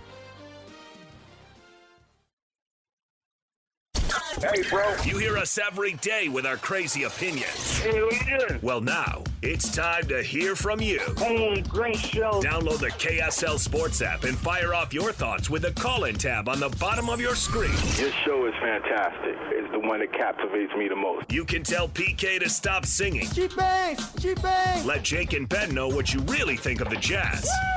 Tell Hans and Scotty about your favorite barbecue spot or what color of tie JJ should be wearing on TV. The best entries will be played on the air. Download the KSL Sports app now and hit the call-in button to let your voice be heard. I think you guys do an incredible job. This is 97.5, the KSL Sports Zone. Nominate the youth sports volunteer that you know for the Hercules Hero of the Week. And you can submit your nomination at kslsports.com/contest. And then listen every Thursday, brother, to my favorite brothers, JJ and Alex, for the winner. Help us celebrate the efforts of those volunteers making an impact for the Hercules Hero of the Week. And it's sponsored by Hercules First Federal Credit Union and Beehive Meals. Thank you, Marvin. DJ and MK. That's Marvin Kinahan. Hey, whoa is not the answer. It is time for the question of the morning. Kyle Whittingham says the Utes are looking for a go-to receiver. Do you think... Got to find a way. Do you think they'll have one? Kevin, they'll either find one or they'll develop one. Kevin is not worried. Neither am I. They've had one every year. This is what they do. They receiver you. They are not receiver you. Said no one ever. If you listen to the entire post-practice comment, I can't call it a press conference, but it's media availability, I guess. He talks about how they're going to be a heavy running team, which is sort of his dream. That's what he wants. Yeah. So I think the kid from Washington, Wayshawn, will be the running back, and they'll have others in there. They always do. And he's super excited about Dampier running around doing his thing there. That's what he wants. He wants that because he's always viewed that as the toughest to defend. So then naturally it would be something that you would want for your offense. I think that's always been his dream, is to run the ball and have a quarterback who can run around. I mean, if you didn't know any better, you would think that he was a Barry Switzer disciple. It's Jamal Holloway running the option in the 80s. Holloway. Good pull. You know why it was a good pull? Why is that? Because he came from Southern California. Wilmington, there California. It is. Banning High School. I covered Banning High School. Just down the road from San Pedro, part of the harbor area. And he won. I think he won the national title as a freshman, running the option. And he was really good at that. And that's something that Whittingham loves, to run the ball and control the game. You know, you won the ball and impose your will. That's his dream situation every game he runs out of whatever tunnel he's running out of. Run it, and run it some more. Yeah. They can't stop it. We're unlikely to turn it over. The defense doesn't have to go out on the field, which means we won't give up points. And if we don't give up points, we won't lose the game. Case closed. They'll have a leading receiver because you are forced to have one, but I don't know that they'll have a premier one. Right. A number one receiver suggests 1,000 yards. I would. Would they have someone at 500 yards? No. Yeah, I would think so. I mean, I expect them to get to a bowl. I really believe they'll have a bounce-back season. I'm not concerned about that. It's just a question of what level of bounce-back. Are they sitting there at 6-1 going into November? I'm speaking of, obviously, the conference season and being contenders. Yeah, I don't think it's out of the question whatsoever.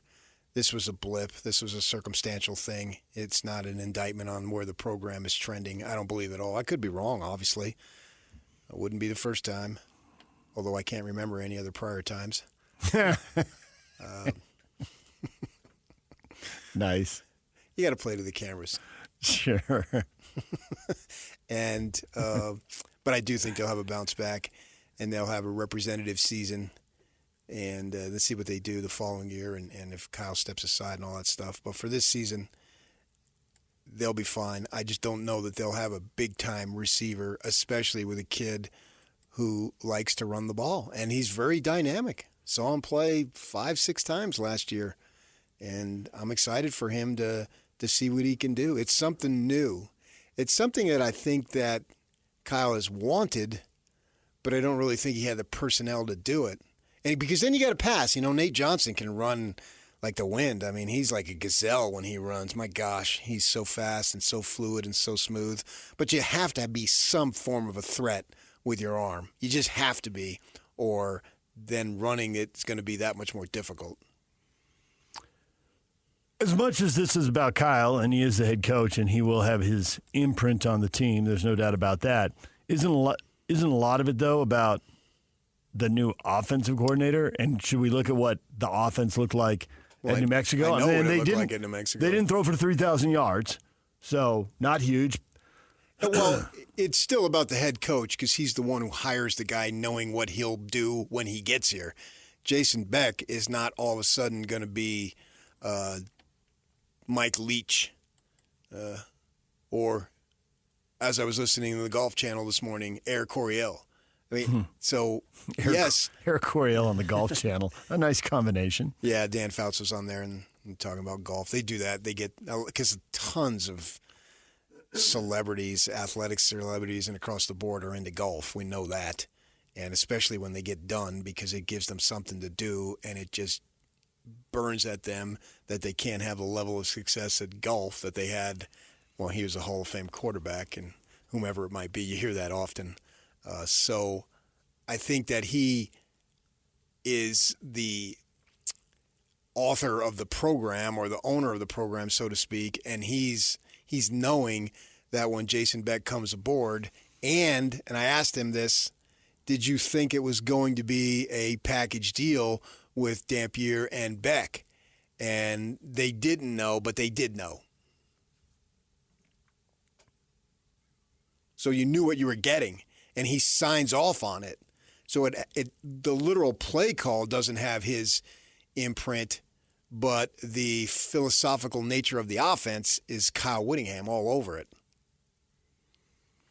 Is there any chance they bring someone in the second transfer portal window who renders this discussion moot? No. And obviously someone comes in and you're like, all right, that's the guy. No. Why would you come here? If you're that good, why would you come to a running offense? Money. Well, this is the only place that's going to give NIL. you money? No. I get your point. A chance to be the number one receiver. Hey, we got to have somebody to throw it to. Right. Sure, but you still catch 70 passes, be the number one receiver in a running offense? I mean, everybody throws it 40% of the time. If most of those come your way, well, so they're not going to turn into the service academy throwing 8 times a game. If that guy was that good, why would he leave where he's at? Well, maybe there's trouble there. Maybe there's a coaching change there. I don't know. I mean, it's a reach. I get it. But could it happen? I refuse to reach. Okay. I am anti-reacher. I mean, they've gotten somebody along those lines twice in the time Kyle's been coaching. Now it's getting, more doable. Well, they've had tons of transfers come in with hype and then don't do a whole lot. But only twice have they had a guy come in and leave, and you think that really was a number one receiver. Well, last year, I don't and then really back to care if Carrington. they have a number one receiver. I care that they put the ball in the end zone and they And if score enough to win games. They can run it down there like Holloway's running the show, or then throw who it cares? It's Dampier. Oh, yeah, comparing to Holloway, yeah. But if the tight ends are there, and he's talking about Landon King gaining weight, and Landon King 2 years ago showed something, then last year got off course. And so this kid, I think, I'm not a talent evaluator, but I think with the weight and the size, he has the potential to be somebody who can make a roster at the next level. And so with that in mind, there's numerous ways in which you can get the ball down the field, even numerous ways via the air. Washington is known, or Washington State, I should say, is known for throwing the ball. So I assume Parker can be a decent guy coming out of the backfield. So I don't think they'll have that premier receiver, only because they rarely do. But they've gone to Rose Bowls. They've gone to Sugar Bowls, or Sugar Bowl. So they can do it. They can have success offensively. Ultimately, that's all that matters. And I think with a kid like Dampier, you want excitement, right? You want fans to be thrilled. We've said this a million times. It's an entertainment product. And the 3 yards in a cloud of rubberized pellets, as you say, that's not very exciting. But I think Dampier, having watched him several times against Mountain West, Arizona wasn't good, I understand that. Washington State came in ranked, and they beat him in Albuquerque. I watched that game. This kid can be exciting. So you can. I don't think that the only way you can be exciting is by having a number one receiver. Yeah, I mean, look at the Devils, right? They actually had one in this Jordan Tyson kid. His brother plays in the NBA. But to your point about what gets the butts out of the seats and people up waving their arms, clapping, cheering, screaming, hollering. Yeah. Well, Scadby with a one-handed catch for 10 yards. Yeah, but it was on 4th and 8 or 4th and 7 or whatever it was. Yeah, over the shoulder. That got everybody going. And him bouncing off people and running 40 yards for a touchdown. I was thinking about this. You said this the other day. It was a week or two ago.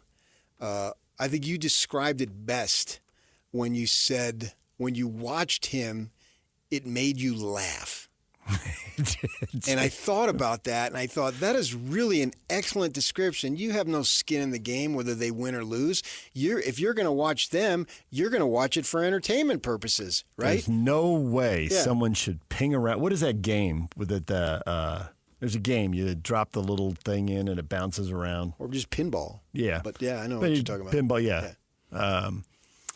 And it was hilarious. He just got hit so hard he should have fallen down. And he kind of leans over like one of those kiddie punching game things you get for your little kid to burn off some steam. Right. It was hilarious. Right. And when you said that, I thought that is an excellent description of he makes you laugh. You know, and if he's playing your team, I get it. But just if you don't have any interest, you're just watching the game and you don't care who wins. The kid was super entertaining. And then he goes and he signs an autograph after a touchdown and gets it unsportsmanlike. That was entertaining. Yeah. Faux show that was. That was a great description, and I think that's what people want. And, I don't know if they're going to have a player the caliber of him, but I do think that a running quarterback who is a threat to go all the way every time he crosses the line of scrimmage, that's something that gets exciting in the fan base can feel it. We'll see what level of success he has. He is stepping up a level, but as I've often said, I don't necessarily view individuals stepping up a level as that because they're moving up. They're moving up a level in competition, but the individual isn't necessarily moving up. Scadaboo came from the Big Sky. And look what he did there. He's going to get his jersey retired, and it's going to be Tillman for obvious reasons. It's going to be Danny White for obvious reasons. Tillman for obvious reasons. And Scadaboo for obvious reasons. I really believe that. Yeah. Yeah. And if they ever did a 10 years from now, 15 years from now, the top 10 most acclaimed players of the Devils, he's going to be on that list. The Mount Rushmore or the Mount, what is that mountain they call it outside the stadium? Where people stand and look just A Mountain? A Mountain, yeah. Yeah. Now, I get it. He's white, and you're not supposed to do that, and there's other factors into it and all that stuff. But as you said. But he put up numbers, and they won the conference and went to the playoffs. And he was awfully fun to watch. Oh, my gosh, yeah. Absolutely. That one time against Cincinnati where he scores the touchdown and just puts the cornerback out of the game. And there was no reason to go hit him, but the cornerback was in the area, so he figured, why not? And he just levels them. I do wonder how many big plays there are for the Utes, regardless of whether they have the number one receiver. I think they have the potential for a lot. The 6'4" guy who's going to be drafted by the NFL, obviously. Because of the chaos, Dampier, everyone's going to fear his running. That's a given. Yeah. And if he keeps the eyes downfield, as they say, so when he starts to run before he's across the line of scrimmage and they come to, okay, I got to leave my man and go make a tackle on the quarterback, and then he's got the wide open guy out of the chaos. You look at last year, New Mexico had a lot of big play touchdowns from a lot of different players. Mm-hmm. And so how much of that, not watching every snap in New Mexico football, obviously, how much of that was because they're going against bad defenses and, the defense is bullying assignment, and how much of that was because of the chaos he causes with the unpredictable nature of the way he plays a position? There's enough to give me confidence that they'll be able to move the ball via the air and ground. I realize what you're saying. Arizona wasn't a good defense. We understand all that. Right. But still, and I watched that entire game. Neither was Utah State. But you can't just say all the success or 80, 90% was based on a crappy defense. I don't believe that at all. This kid is dynamic, and I don't care if he keeps his eyes up. I care. Oh, yeah, if he takes off on the 85-yard touchdown run, which he did last year. Or if it's 3rd and 8 and he gets 10. 10, yeah. That's all that matters. That'll bring people to their feet. Yeah. Right. I don't know that he's an NFL quarterback and he's going to be talked about for a draft pick or whatnot, but that doesn't matter. It's about winning ball games at this level, and that's where he's at. And I think they can do it. I really believe that the fans are going to be excited about watching Utah's football team. And it was such a downer last year. It was just depressing. I understand that. I had to go to the games, and normally I'm excited to go. But when you're going and if they score 10 points, that's just a juggernaut. for them. Well, if you look at a season, if they play 3 or 4 quarterbacks and you look at a terrible record, you usually know what happened. Right. You can draw a straight line for that. For sure. All of this comes down to Dampier is going to run the ball. He's going to take a lot of hits. Obviously, there's going to be bigger, stronger, faster defenders, so the hits can be more violent. Does he stay healthy? If he stays healthy, great. It's probably a pretty good year. If he doesn't, then, we'll see. Well, I mean, I don't know about that. He was talking about a freshman quarterback who came in. They call him Bird. And you'll listen to it if you want. It's on our website, kslsports.com. And, you don't want a freshman, but, Isaac Wilson has – let's not throw him out to the trash here. That's why I say then we'll see. Yeah. Maybe they'll go to a backup and it'll work out, and maybe they'll go to backups and it'll be a disaster. We'll just have to see. But if Dampier's healthy, it ought to at least be good football, and maybe it'll be better than that. And I think he will. I can't say that. Some guys are healthy. Some guys are injury-prone. Yeah. I mean, we only need to look at Cam Rising, unfortunately. I think the challenge there is that if there is an injury, that I don't think the offense to the backups will be tailored in the manner that it is to the starter. And that could prove to be somewhat troublesome. But, they've got to prepare for that. And Jason Beck here. I'm excited to see what he can do. He's new blood. He's not a recycled guy. He's still young enough. And then his wife is active on social media. And so you can do that when the Cougars beat the Utes and she's back there in New Mexico and Albuquerque. She can get all excited. And then when he gets the Ute job, she deletes that. Ooh, yeah. But nobody has a problem with that. No. I mean, she's just a supporting spouse, and that's fun too. Yeah. I mean, to just put stuff out there. It's like that Hadwin golfer, his wife, Jessica. She's always cracking jokes and being self-deprecating and this and that. It's entertainment. It's supposed to be fun. So have fun with it. It's not life and death. It never was meant to be that way. They call it a game. Yes. It's entertainment. Have fun with it. She has fun with it. I've got no problem with that. And it's entertaining to me, or interesting, or whatever the word is, that there's so many ex-Cougars now on BYU staff, or Utah staff, and then vice versa on Utah staff. That's just classic. It really is. It just, for some reason, it tickles me.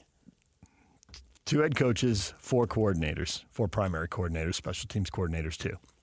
Out of those 6 jobs, we're looking at Morgan. Morgan, what happened? Well, since he was born, I think it was. I know.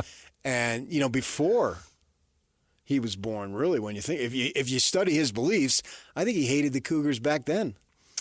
So you got one guy who's been red the whole time. You got 3 guys who've changed the colors, and you got a couple guys who've changed the colors twice. Play at a school, go coach at the rival, return to coach at the alma mater. And could there be one more switch? Oh, wouldn't surprise me. Some of the guys are young enough. It could happen. And I think it's important, too, here to get people in that know the lay of the land in the state.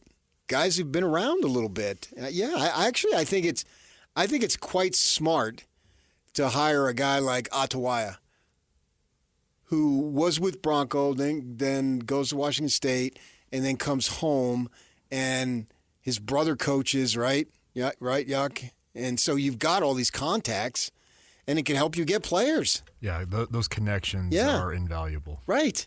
So he's not – that was the deal with the Devils for years and years. They'd bring in all these outsiders that had no bleeping clue about anything.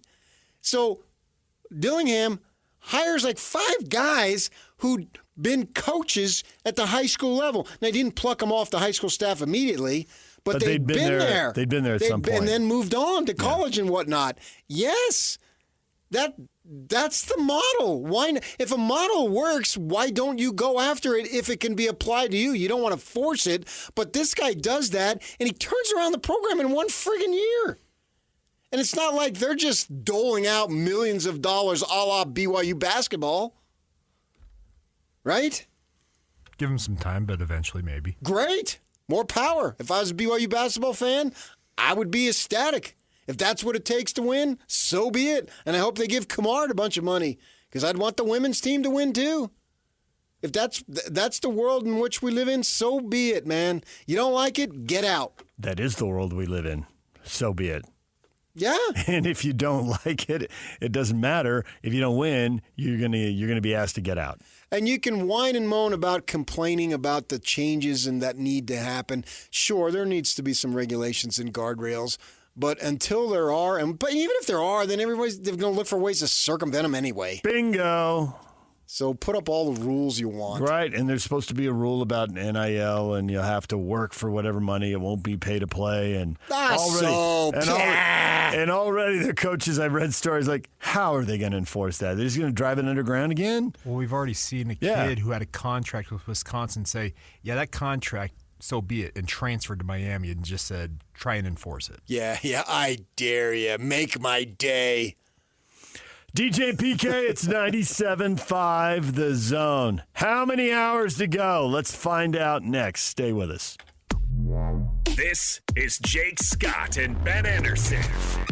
Do you think they have too many young guys on the roster? Of course. I do wonder if you're going to lose a couple of players that didn't get, not adequate chances. All these guys are getting tons of chances. All these guys are getting way more chances than they've earned. Agreed. And that's the point. That's the point. Do you actually feel like you have an accurate sense of who they are as basketball players versus if they had a more realistic structure? No, but that's good news because nobody else does either. So the Jazz traded Dante Exum 3 years too late. Yeah. He was never a player. Right. But they would have gotten way more for him if they would have traded him year 2. Yeah. You know, you can talk about developmental or whatever, but the tricky part is figuring out who's a guy and when. GMs out there will be like, well, let's get him under our roof and see if we can develop him or whatever, while that mystique is still there. Hear Jake Scott and Ben Anderson every day from 10 to noon on 97.5 The KSL Sports Zone.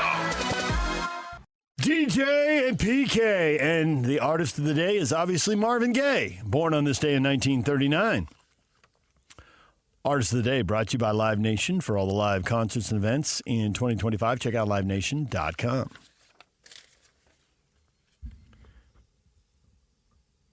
PK, how goes the fast? 72 hours you were aiming for. Slow. How many hours are you into it now? Counting on his fingers. We'll get there. Raise your hands up so people can see it on the TV. I got 8 more hours to go. Oh, 8 hours to go. This is it. How you feeling? Fine. In the home stretch. Yeah. Drinking all water? mental. Think about other stuff? Yeah. There you go. Well, yeah, like yesterday I was getting a little bored, and so I went and made sure I was downstairs. The refrigerator's upstairs. And I watched the entire, literal start to finish, Diamondback Yankee game. Complete with the grand slam rallying the guys for the victory. In the 8th inning. Taking down the pinstripes. Yes. And so that keeps your mind off of it. You're just on the edge of your seat every pitch. The 5th game of the season or something. But yeah, that occupied my mind. Yep. I think it's all mental, man. Not all, but a large portion. And then I'd go upstairs and I'd walk, and the family was up there, and I'd act like I was wobbling. Hey, remember yesterday when you said, I'm not going to make it? Yeah, that's nice, Jacques. Remember when you said you got that the scam on your phone? Uh-huh. I left. 20 minutes later, bang, got the scam on my phone. It's going around. I owe tolls. I have to pull out my credit card right now. Does Utah even have tolls? No. We don't have a toll road somewhere? Not at least that I'm aware of. Good. Nothing that I've ever been on. I mean, that's commonplace back east. If you drive into New York, you're going to go over a bridge or a tunnel from Jersey, I'm speaking obviously, which I did my mother did it every day. Worked in the city, worked in Harlem, and you pay a toll. Mostly on bridges and tunnels? Well, if you go down what they call to the beach, which they call down the shore there, you take the turnpike, right, Garden State Parkway, and they have tolls. It's like what they've got them like going out of Nevada, going into California, where they check for vegetables and whatnot. You don't pay anything, but it's that type of thing where you stop and you chuck a quarter into the thing, although now it costs more. The only place I had to pay him growing up, the Coronado Bridge in San Diego, was a toll bridge. That was the only toll road. But now they've built one somewhere in Orange County, or they built a couple of them maybe. Oh. They have I've seen the whole Fast Pass thing. I have, so my wife's from Southern California. So you're dealing with them all the time. When we've gone down there, her extended family, they're like, hey, you're going to need this. And they give you like the temporary, here's your fast You can go pass. away from them if you don't want it. I have. They've got multiples. A little bit Newport Beach has one. Yeah. Now, PK, they discussed, you know this obviously down in southern Utah, that St. George, the highway they built out around the eastern edge of St. George past the new airport. When they were originally proposing to build that, they considered making it a toll road, as I understand, but they ultimately did not. Yeah, here it is. Utah, final reminder. You have an outstanding toll, sucker. I paid it. You did not. I gave him my credit card. Yeah, absolutely. Yeah. Report junk. Delete and report junk. Yep, there you go. Okay. The thing, and this has bit me a couple times on the road, like in Oklahoma, I'm traveling, and if you just go on the road, you don't know. They shoot your license plate, and then the rent-a-car takes a bit, but it gets back to you, and I did not know. And then trying to come up with a receipt, and you have to call the Department of Oklahoma Transportation. We've gone back and forth a little bit on that $1.50. When at least like Denver has one, you come out of the airport and you can take one up by going to Fort Collins, and you can bypass going into town. You cut the corner. 25. Right, yeah. But there's a person there in the booth that will give you a receipt. There's the freeway that runs from Chicago to Milwaukee has tolls every so often, and you pull over and throw whatever in the basket. I did that one time back when I don't know if I was working for the Watchdog, but Wyoming, either Utah or BYU, played a night game there, and I got out about 11 and had to drive back to Denver. And I didn't want to fall asleep, so I talked to you. I said, "Hey, how'd it go today?" That. Yeah. And I went through two tolls. I just put the phone down. You kept going. Gave him the money. Got my receipt, and then I got to the hotel parking lot an hour plus later, and I said, "Okay, thanks. I'll talk to you Monday." It wasn't exactly how it went, but it's a good story for radio. It was precisely how it went. You told me you were driving. But that's what I wanted. You told me you were driving and you didn't want to fall asleep. Take it as a negative. No, you did. I know you meant. Did not make it as a negative. Yeah, ruling for the judge. I called asking for it. He was needing a friend to help him out, okay? That is what he needed. Yes. And I wasn't able. I was traveling that day. I traveled day of game, so I was out of date as far as what was going on that day. You filled me in quite thoroughly. DJ and PK, when we come back, LaComb, the new basketball coach for the BYU women's program. He's going to join us. And then Tim LaComb at 9 o'clock. DJ and PK, it's 97.5 The Zone. DJ and PK, it's 97.5 The Zone. We are joined now by the new women's basketball coach at BYU, LaComb. Lee, good morning. Good morning, boys. Good to be with you.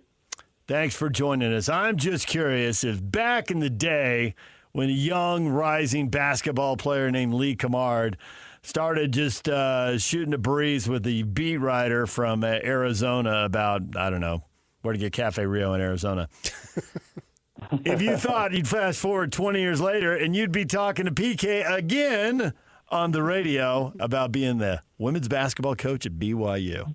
Where life takes you, you never know, right? It's been quite the journey, but it's been great because it's been at BYU. Yeah, that's for sure, man. I think it was 20 years ago this year, right? I can remember that Cleveland and Rose were really excited about getting you because they didn't think that originally that they had a shot. You know, I'm working for the Tribune covering the team at the time, and I knew you were from the East Valley, and I knew people at ASU and all that stuff, so I'd heard a lot about you. You were a tall, skinny dude then. You're a tall, skinny dude now, so some things haven't changed from that regard. But, you know, obviously you had to come to BYU in Utah or probably none of this happens, right? I think we can make that assumption. Take us back into that decision because they were somewhat pleasantly surprised when you decided to come to BYU?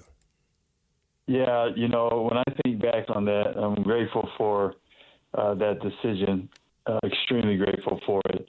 No doubt about it, the hometown team was a clubhouse leader for most of it. And I think when I think back to my thought process at the time, kind of came down to the 2 visits that I took, and I don't want to really throw shade, but as you can imagine, the official visit to the hometown school compared to the official visit to BYU were polar opposites in a few different ways.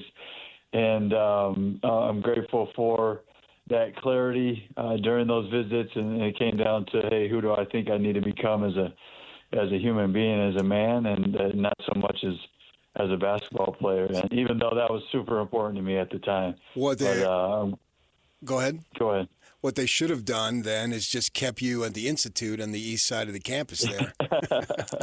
There should have been, here's the thing, I'm comfortable in all situations, but there should have been a little bit more vanilla and not as much as the other stuff. So I think we can all read between the lines there. I think we figured that out now. Now flash forward 20 years, you're getting ready to coach. You played for not just head coaches, but assistant coaches, and then you were an assistant coach working for Juddy. And I'm curious the influences that have shaped you and who you're patterning yourself after and why you are the coach you are. Yeah, I know for one thing, I got to be true to myself and who I am as a coach. I pride myself on trying to get to the point with these young athletes and being as much of a truth teller that I feel like they can handle with them, so that there's clarity and confidence comes in that clarity.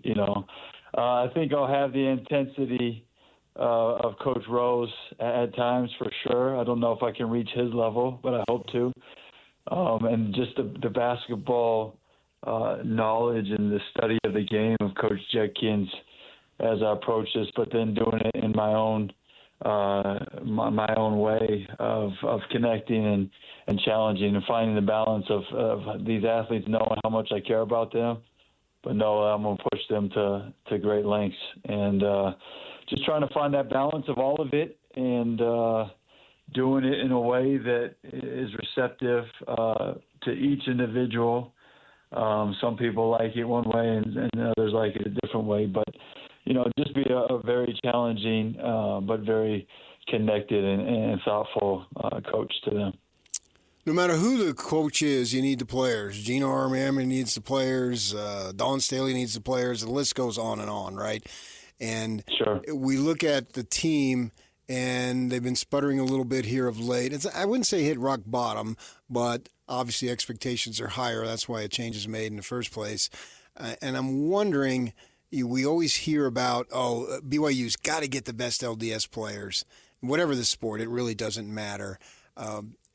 How many of them are available to be able to get, and it's hard to get them because you got Utah and other programs are going to go after them too. Sure. And then combined with the non-LDS player, what's going to be your philosophy to get the talent that you need, that you're expected to have to succeed? Yeah, no doubt about it. The core of kind of our team will be those BYU kids, right, that have been very successful at BYU in the history of both men and women's basketball and all sports, honestly, at BYU. And then finding the right fit and balance of those that are not members of our faith, that are great people first and great basketball players second.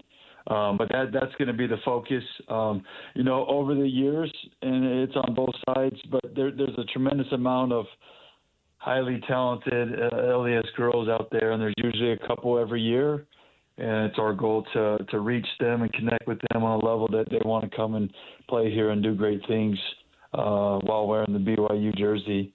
Some of them we've missed on, and some of them we've been fortunate enough to have come and play at this place. And we got a great group right now. And we got some other great pieces that are just as big of BYU type people that just aren't members of the faith, and that's no problem at all. The the locker room is going to be a huge focus of mine, and letting that culture drive our behaviors, and those behaviors driving the outcomes. It wouldn't be a sports radio interview in 2025 without asking about NIL. I'm wondering what NIL looks like for women's basketball in the Big 12 and what it looks like for BYU, and how are you set up in that area? Sure. The college landscape right now is, I'll just say, it's bonkers. And I'm hearing it on the men's side too, but in the conversations in the portal, NIL is a huge factor. Even with current players, we just want people to feel valued. We're completely supported by our administration in that front and our donor base, and feel really good about that. And it's changing so fast, but we feel good about it. Feel like we have what we need to be competitive year one. And honestly, last year we were really close. I mean, we lost 7 games by 2 possessions or less, and a couple others where we ended up losing by more than that, but we had a lead late and weren't able to close the deal. And so we don't feel like we're far off. We feel like there's some momentum built, and we just got to learn how to win in those close games. Had some great days, but some letdowns in the season. And honestly, the Big 12 landscape, from top to bottom, there is so much change. I mean, if you go through the top 8 teams, most of those roster, I would imagine, just in general, are losing 50+% of their production, whether that's points, starts, minutes played. A lot of very experienced teams on the top half of this league that will have to reload in the portal. And primarily most of their team were seniors or graduates, and part of that is why they had so much success. And so it's going to be interesting to see what teams do. We feel fortunate because we got a great group that played a lot of minutes for us coming back that want to be here, and kind of just see where it goes. The days of, that big post player in the middle, we're losing significant pieces in the league. And to see how teams regroup from that will be interesting. But it's evolving, right? Some people are getting decimated through graduation, others through the portal and just transfers. And there's a couple new head coaches in the league, including myself. And so we just want to put a group together that's competitive with each other, and feel like if we do it the right way, the outcomes will take care of themselves on the court. So you've been here for 20 years. We've been here about 30. We know a lot of people.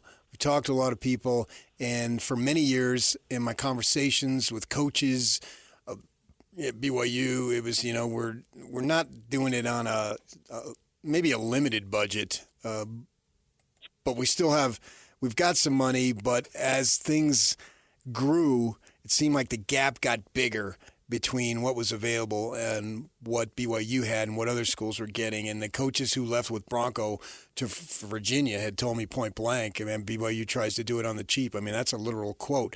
But it seems like that has changed here in recent years. And old-timers now speak to that, and they talk about how much of the commitment is there. And you just spoke about the backing by the administration and the donors. In your time at BYU, how much has that changed? And you feel like the program basically is fully funded to succeed? Yeah, I've been here 20 years, I've been around the athletic department basically the whole time. I've seen the change happen. I don't like the term cheap. I think that BYU's done a great job of competing with what they had. And, the step up to the Big 12 has been more than tangible when it comes to resources and approach. I would say the mindset's got even higher amongst everybody, coaches, players, of course, from administration, the support there, but just how they do it. They want to be in the game and compete at the highest level, and that's what the expectation is. And so, yeah, absolutely. The resources have greatly increased, but with that comes the expectation increase. And I feel like we have everything that we need to be successful. And the support, like I said, has been there. And we're set out to, piece together a roster that fits and do it in a way that's financially responsible, but feel like we're completely supported in that regard. I remember when the Jazz went to a third assistant coach, and that was quite revolutionary. Actually, they were a little slow to it in the NBA. And then suddenly Mark Cuban had 10, and people were laughing. They were literally laughing. And yet there seems to be some wisdom in that, and staffs are getting bigger to the point we couldn't begin to name all the people in suits at Jazz games or at BYU games. Well, not in suits anymore. How big is your staff going to be? How many people do you have to hire, or how many people do you get to hire? I definitely need to replace the small hole that is leaving from my position, but we feel really fortunate. We got several assistant coaches and support staff members.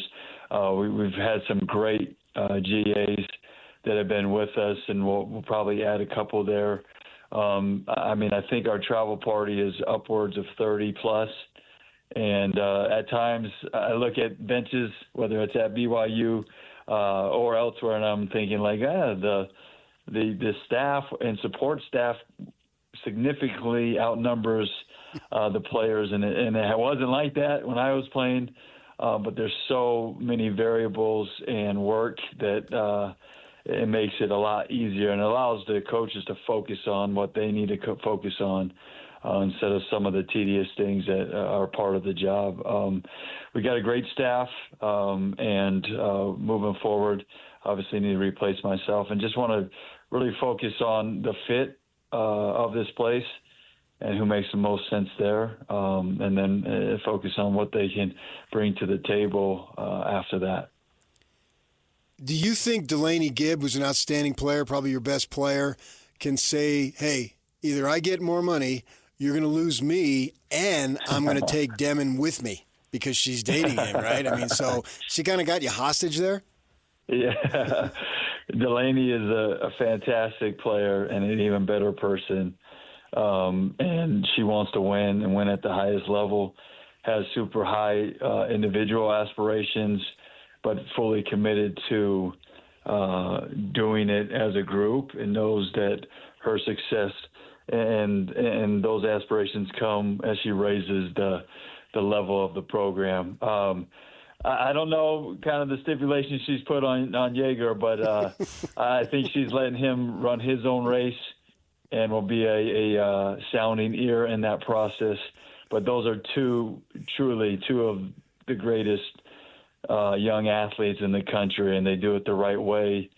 And I can't say enough about both of them. I've been really impressed with their approach, their work ethic, and they just do it the right way. So, they deserve everything that's coming their way. Is Kevin Young sending her flowers and chocolates every day, or what?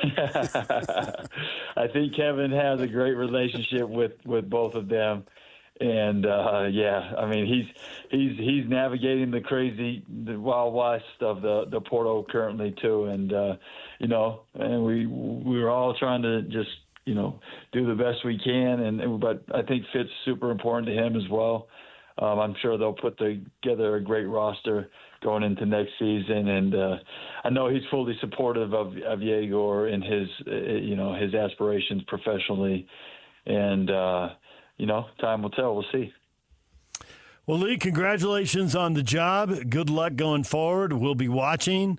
That's been one of the big changes in the last 20 years. All games are televised or streamed. It makes it way easier to track multiple teams. How about the women's game, time. Lee? Just going nuts now. Yeah. You got to like that. Yeah, it's awesome. I was talking to my brother the other day, and he was telling me how he bought a suite and 4 floor seats for a Phoenix Mercury game when Caitlin Clark's going to play there.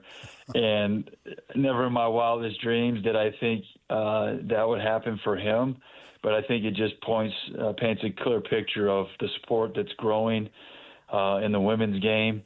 And it's starting to be a great product. And There's great people that have great stories that people want to get behind, and it's quite remarkable the athleticism and skill set that these young athletes have. And for those that haven't come out to a BYU game, I would highly encourage it. And the fantastic lives that these people live, it's really fun to be a part of and to support. Lee Cummard, he's a new women's basketball coach at BYU. Lee, thanks for joining us. Thanks, guys. Thanks for having me. Go Cougs. Coming up, Tim LaComb is going to join us at the top of the hour. And next, we have a question. Rondo Fehlberg. He said it. Is it going to come to pass? Or has it already come to pass? It has not. Oh! Oh! That's next. Stay with us. It's that time of year. The tournament is now underway. Hey, who do you have going all the way? Who do you have going all the way? Keep tabs on your selections now by logging on to KSLSports.com and following all the action on the Basketball Mayhem page. I love college basketball. It's your chance to win cold, hard cash. The KSL Sports Basketball Mayhem is powered by Omada Real Estate. Download the free Omada app today from the real estate experts as the Stern Team. This is 97.5, the KSL Sports Zone. DJ and PK, it's 97.5, The Zone. Marvin Gaye this morning, is that firing you up? You know, Aretha Franklin, I think they call the a Queen of Soul. Uh-huh. I think I'd have to call Marvin Gaye the King. Kinga, there it is. Got a question up on our Facebook page. Former BYU Athletic Director Rondo Fehlberg calls BYU the big dog in the Big 12. Given the success of football and basketball, is there some legitimacy there? Before we get into this, how about you play it, Yak? Let's hear it. He is going to have to ensure that none of that momentum is lost and that the rest of the Big 12 accepts that BYU is the big dog. That would sound offensive to the athletic communities in some of the other Big 12 schools, but that's how it is. And we don't want to be out there beating our breasts saying, hey, look at me, we're BYU. We want other people to draw that conclusion and be saying it for us. That's how Tom did it, and that's what needs to be done going forward. Amen. That would be taken poorly in some quarters. Well, yeah, I'm pretty sure it would. Sometimes the truth hurts. Okay. You think that's the truth? Or are you just playing radio right now? The question was, is there some legitimacy to it? Absolutely. What I would say is, given the financial commitment they've made and given how early we are in this process, literally half the league is new in the last 2 years. All true. It's too quick to say anybody's, and given the money they have, maybe it can be them. Why isn't it now? Well, because they haven't won a league title in football or in basketball. Oh, they tied for a league title. That was some concocted tiebreaker that nobody understands. You got a better chance of figuring out how the lottery works in explicit detail. I mean, come on. They also lost to the champions, so in the head-to-head tiebreaker. And let's say, okay, so they have in football, men's basketball, women's volleyball, baseball, softball. I don't know what other sport you want to throw in there. Nobody cares about that. You're talking about big dog. Have shared one title. Well, that doesn't make you the big dog. Okay, but that you're just giving me BYU, who has run away with it. It's against them. It's not BYU versus BYU. It's BYU versus the competition. Like I just said at the very start, we're just getting started here. Some of the titles I just listed went to Oklahoma and Texas, who left because they were here for one of the 2 years. Yeah, you can have a big dog today. Doesn't mean it's a big dog tomorrow. Big dogs die. In fact, the bigger the dog, the earlier the death. At least you're not killing puppies; you're killing big dogs. So well, the smaller dogs have longer lifespans, and that sucks if you got a bigger dog. Right. So dogs, I would have to say that's one thing God got wrong, by the way. You need to have dogs live longer. This is from a guy who's had to every 8 to 10 years another dog. It sucks. Yeah, it does. I've seen you twice. In this run, and you're legitimately down. You're not playing radio. You're legitimately down when you lose the dog. As are everybody else. Yeah. I'm nothing different here. So Houston would have a leg up then. You win the regular season. They sucked in football. It's the most important sport. You win the tournament. You go to the Final Four. Great. Way to go. And they're going to have a coaching change here probably this year. Of course, his son is going to take over. I'm shocked by this development. So who's heard of such a thing? Way to go. But, I mean, in order to be the big dog, you have to be excellent in football. You just have to be. So there's a chance that they get there, but they're not there yet. So, But to your question. Who? BYU. Yeah, there's a chance to get there. They're as big a dog as any dog in the conference. Houston's had... They bite in football. To be the big dog, you literally have to be the big dog. Can there be a bunch of big dogs? That doesn't make sense to I understand. me. I don't think there's 6 big dogs. I changed the conversation a little bit. I'm not making the argument that they are. Right. I just changed it a little bit, so I appreciate you bringing that point up.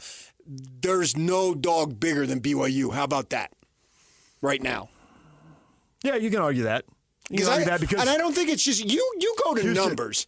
You immediately just go. That's who you are. I went to winning. Which is numbers. Which are numbers, yes. And that it's everything for you boils down to a mathematical equation. Win a championship. You get 18,000 people in there, in that building. You get 65,000 in that building. Then you go on the road. And I don't care if Joey didn't live in Provo and just grew up in Oshkosh, but is a Latter-day Saint and goes to the games in Oshkosh when they play there. That doesn't matter to me. They're still going to the games. It's like people want to rip BYU. Oh, they're just church members. Okay, well, whomever. USC, I'm sure when they went back to wherever, Michigan had USC people who don't live in Southern California, but they're in Michigan for whatever reason, and they go to the games. What's the difference? That has never made any sense to me. That's a dumb bleep argument, and I am going to shoot that down completely. When you see 40,000 Ohio State people in the Rose Bowl, they did not all come from Ohio. There are tons. And most of them are low class. These BYU fans are high class. There's tons of low class Buckeye alumni in L.A. I've seen them. In San Francisco, I lived in Phoenix, in Vegas, in San Diego, and they all go to those games. Right. So you have to add everything. Don't just, and I know winning is extremely important. I'm not denying that. If you're going to be the big dog, you got to win. It's not just a freaking mathematical equation. Right. How do you argue with yourself? I argue with myself all the time. You just go right to the numbers. Texas. Oh, I argue with myself all the time. I contradict myself. Yuck, how many times have I contradicted myself and argued with myself on this show just since you produced it? You do it all the time. But when you go with just numbers, how do you respond to that? They haven't won a championship. Boom, you're out. Yes. No. To be the big dog, you have to win a championship. They tied for one. Otherwise, you're what Barry Trammell comes on the air and talks about Texas. They talk so much. They got all these fans. They got all this money. But how much winning do they do? Yeah, but that was forever. This is just this year right now. Yeah, and who's the big dog? And there's no doubt. This is a brand new race. Okay, but to your point, DJ, if what you're saying holds true, that means ASU right now is the big dog in the conference. Yeah, and it's tough because to be the big dog, you got to be good in more than one sport. In my mind, you can't. They just won the swimming and diving national championship. Yeah. Check it. ASU's the big dog. Michael Phelps is there. Their women's golf team dominates. Yeah, their men's golf team is really good. The men's golf team. So Summer Hayes' grandson, I think, is on there. I defaulted straight to men's basketball. That was the next thing I went to. Which. Fine, but that's your argument. But then just before, you brought up all the other sports that hadn't won, and now when I bring up the other sports, you say, well, I just defaulted to basketball. Yeah, that was inconsistent. Therefore, according to DJ, we have the ASU Sun Devil Houston Cougar big dogs. I think in the race to be the big dog. No. I think in the race to be the big dog, there are some schools that are positioning themselves. They all are. There's not one that isn't. Really? You think I don't all think 16 there's a have a chance dog in to this be... conference that isn't committed to winning. And I don't think that there's... Is there somebody... I was starting to run through this conference. Who in this conference is overmatched? Nobody. In a way that, like, New Mexico was overmatched. Nobody. In That's not... No. And I knew you were going to that one because it's the right one to go to. Right. Yeah, that's the one in our wheelhouse. Yeah. They just don't have enough people and enough money. Or they have extreme restrictions like Air Force Academy. Right. So in some sports, Air Force has been good, but in a lot of them, it's too tough. It is. It just is. In that case, some would argue it's BYU with the honor code. But apparently it's not. Yeah, sure. but yeah, we're getting all sorts of people you would never be at BYU anymore. Yeah, but by definition, what you're talking about. It's going to take money going forward, and BYU apparently has it. That's the number to go one back to thing. the original question, and you couched this well to make it debatable. You said, success of football and basketball, some legitimacy there. I will go with some legitimacy. If we look up in 5 years and BYU's got a slew of titles across multiple sports, I'm not going to be surprised. We'll probably look and say, well, look at the investment they made with Cummard. To Lee's own point, we look over at the bench now, and there's more people on the BYU women's staff than there are players on the bench. We can look at that. And Dick Harmon came on and was talking about Alyssa Peely. Didn't everybody wonder, how do you go from Alaska to USC to Utah? NIL. It was right at the start of the NIL era. It makes total sense. That I appreciate winning, but winning isn't singularly defined by winning championships. It's defined by success in the playoff, success in the NCAA tournament. Yes. And BYU had success this year for the first year, and all the other stuff. Name me a fan base that can match BYU. And apparently, as you just said, and I agree with you, name me a fan base that can throw down this kind of money. You will not outbid us. Name me one, and I told Yak to get the guy on. Name me one sport name me one school that's made that statement. And that is bodacious. Outrageous. You will not, I don't think it's outrageous because I think that's what you need to have. And he's just saying that if you say the truth, you will not I don't outbid find us. the truth outrageous. Okay. If people don't realize the truth, it may sound outrageous. But that's on them. So I love it when he says that. Are you going to outbid Nike? I'm talking about the University of Oregon. Nike U. Yeah, but they ain't competing with Nike. Well, in the postseason, they're competing with the Big 12. In the Big 12, yes. For this question, in the Big 12. Oregon didn't even make the friggin' tournament this year. Right. You will not. When I heard that, the first thing I thought is, man, where are the deep pockets? Well, they did. Oregon did, but Oregon's got deep pockets. Okay, yeah, but I mean, that is only when it's BYU versus Oregon. Yeah, how many times has that happened? It's two different things. I think the booster was talking the entire country. Yeah, Rhonda was talking about the Big 12. So we're mixing and matching here. We're the big dog. Arr. Okay. What? We. Arr. Yeah, and when you see a dog go, arr, believe me, I do think I was bit by a Doberman. I know what it's like to get bit by a Doberman. I do think, we got to look at it from Rondo's perspective, is that Rondo was the AD in the 90s, and there's stories about him parking his car on some overpass where he could get the radio signal to listen to Paul James call games in the 80s during the glory days. So I think he got there, and he got inside the industry in the 90s. And he saw what it took. And in that era, BYU was cheap, right? I don't like that word cheap. Well, Lee's on the payroll. I totally get why Lee doesn't like that word. I was not surprised Lee said that. Tom, do we got any newspaper people on the payroll? Yeah, we're good. But you literally heard that from a coach. Multiple. Yes, multiple. I've heard it from someone who wanted a job there and stayed in the industry they were in and the job they were in instead of going there. They're interested in a job, and they found out what it paid, and they're like, what? But that's all changed. No, exactly. But I think Rondo in the 90s saw, we're doing a lot of good stuff here. How big could we be, and how big could we be if we had the money? And Rondo couldn't believe it when he saw the quote, and I think he can't believe some of the money he's seen spent, but it goes back to what he saw 20 years earlier, and I think Rondo has always thought BYU does have this fan base. It is national. If we had the money, how far could this plane fly? How high could we get? How high could we go? Who could we compete with? And I think he I'm thought Celestial right now. That's what I think Rondo thought. I know Yak is thinking that. Yeah. And But in all seriousness, I hope you get there, DJ. Thank you. In all seriousness, I think Rondo, 30 years later, I know I got no chance. Rondo, 30 years later, is seeing finally things are where I thought best case scenario they could be. And so that's why he drops the big dog. Well, he believes they are a big dog. Yeah. That was not a big dog. That's a medium to small dog. Yeah. That was a medium to small dog. You need to find a bigger dog. I will concede that maybe they're not universally recognized as the big dog as they were in the WAC. But I will also say, name me a bigger dog in the conference.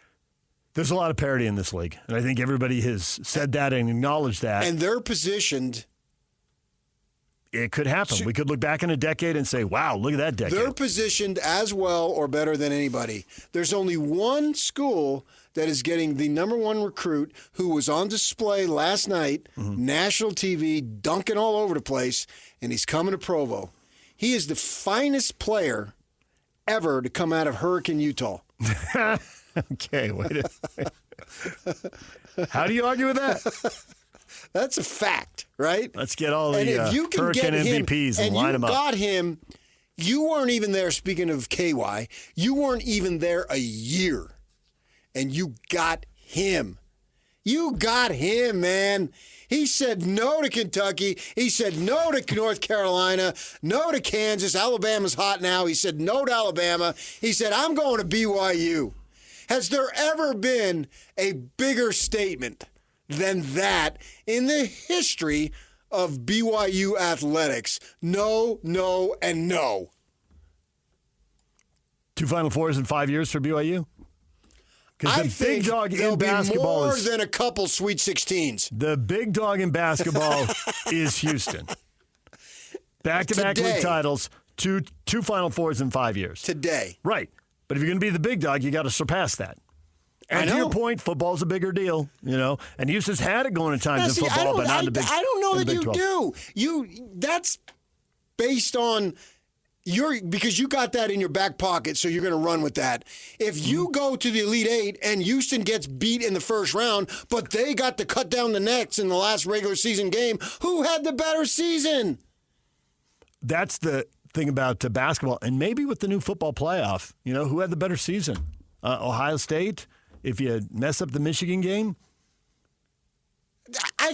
Don't make my own arguments for me. Ohio State, but I think that football, it's always been you had to be the champion of football because that was the only way to get where you're going. Now Ohio State, a 2-loss team. It's a brand new day. Exactly. Come didn't play for the conference title game. My good man. The Brady bunch is not going to have another reunion. Hey, you watch your mouth. Come on, get happy. The Partridge family, David family. Cassidy has died. Yeah. And I know you had a thing for Marcia and Lori on the Partridge family. Obviously. Yeah, I mean. Clearly. I know. Well, I'll just leave it at that. Leave it at that right there. This isn't an Arizona State recruiting trip with Lee Cummard. So, back off, cowboy. We are in the new era now. And conference titles are nice, but they're not the be-all, end-all that is the barometer in judgment. Not no more. So if BYU can go out and go to Final Fours and win national titles, you're right. We won't Which care Houston about has not done, ever, for that matter. No, they have not. They're in their 7th Final Four, and they haven't won it all yet.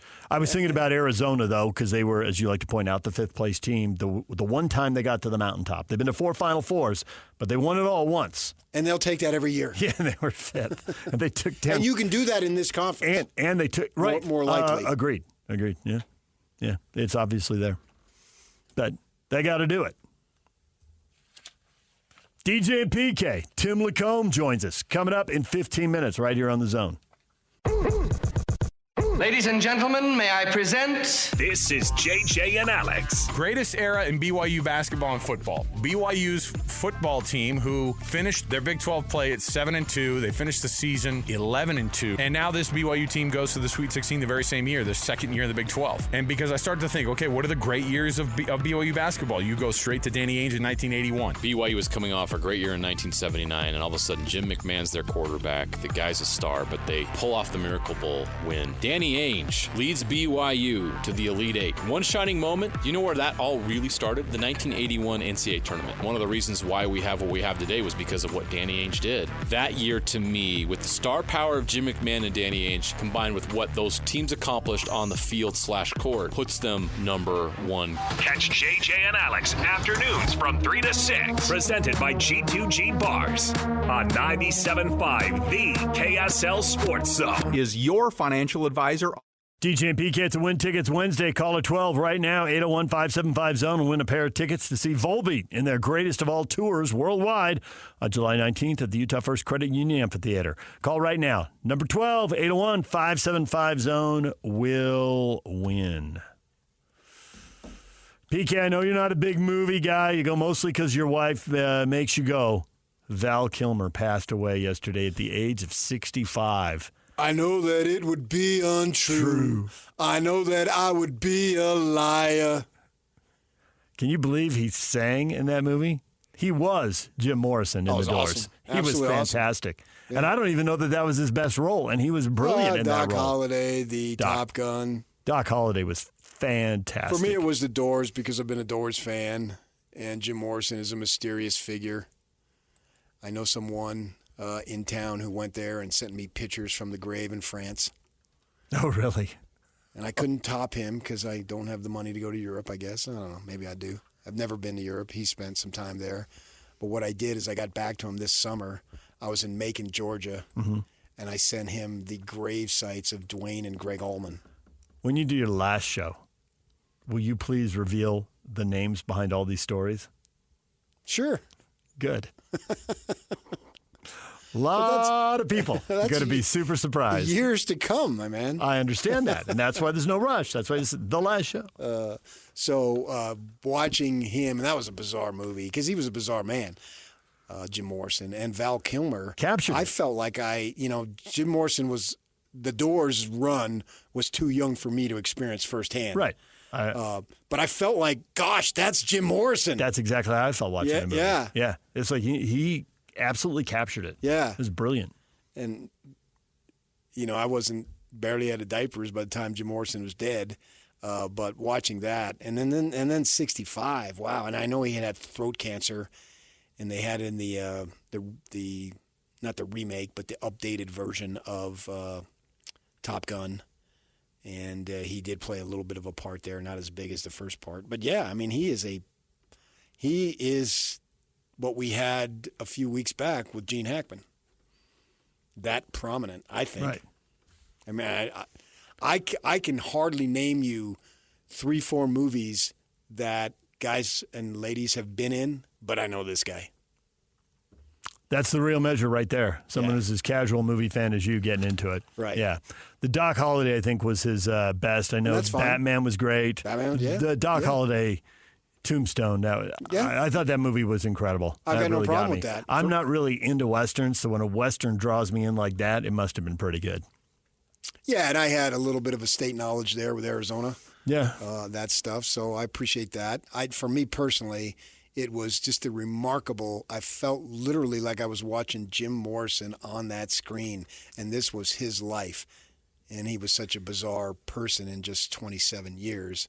I went to the Rock and Roll Hall of Fame and saw his report cards there and in grade school, and every one of them said Jim is exceptionally, I'm paraphrasing, but Jim is exceptionally smart, but he gets bored too easily and becomes a disruption. He clearly was. Right.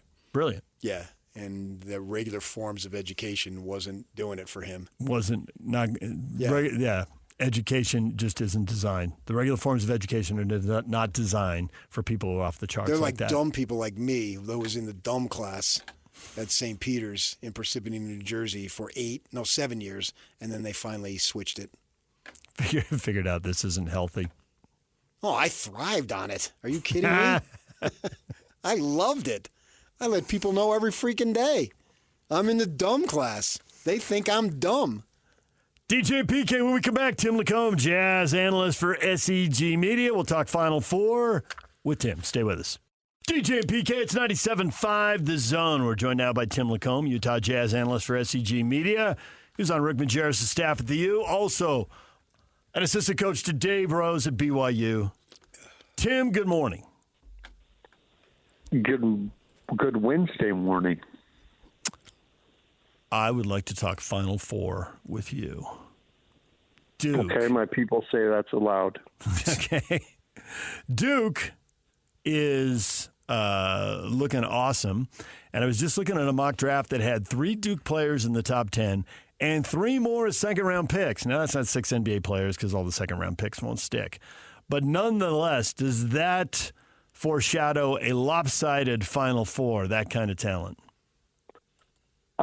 You would think so, but it's not, it doesn't always go to form. I think you can look back through the years where there's been games, I look at Houston, NC State, because that was one of my first experiences, but I thought that, albeit both teams had NBA guys, the Houston team was the one with the dynamic, front-loaded Olajuwon and Drexler, and of course Rose. Dave Rose. Yeah, I thought Rose would have been the difference maker if Guy Lewis would have given him more time. Yeah, I mean, it was always about Geddes, and it should have been more Rose. But anyhow, precisely. I digress. I think by face value, you would think that, and I actually was asked to rank them yesterday, and I think I went with Florida. I think Florida's got just the sheer size and depth, but they also have a couple of guys under the radar that just keep winning them games. William Clayton Jr. being one of them. The guy made 2 crazy shots down 7 late in that game. So I would have to go Florida 1, Duke 2, and we'll see how it plays out. But it's going to be fun regardless with 4 1s. Yeah, I appreciate your perspective, even though you're wrong, but that's okay, Oh, not so fast, my friend. I wanted to ask you about Cooper Flagg, and we've been all over him for a couple of years now, and then watching him many times this year with the Jazz position. Sort of a dual question: is he as a franchise changer, and he'll come in the league as the number 1 pick, whoever he gets? Hopefully, it's here. How long do you think it will take him to establish himself as a bona fide all-star? Well, it's interesting, man. One thing I have noticed is that everybody's on their own timeline in the NBA. And, we saw really kind of with our own eyes this year, 3 guys really take the floor early on at varying degrees of success and then work their way through it.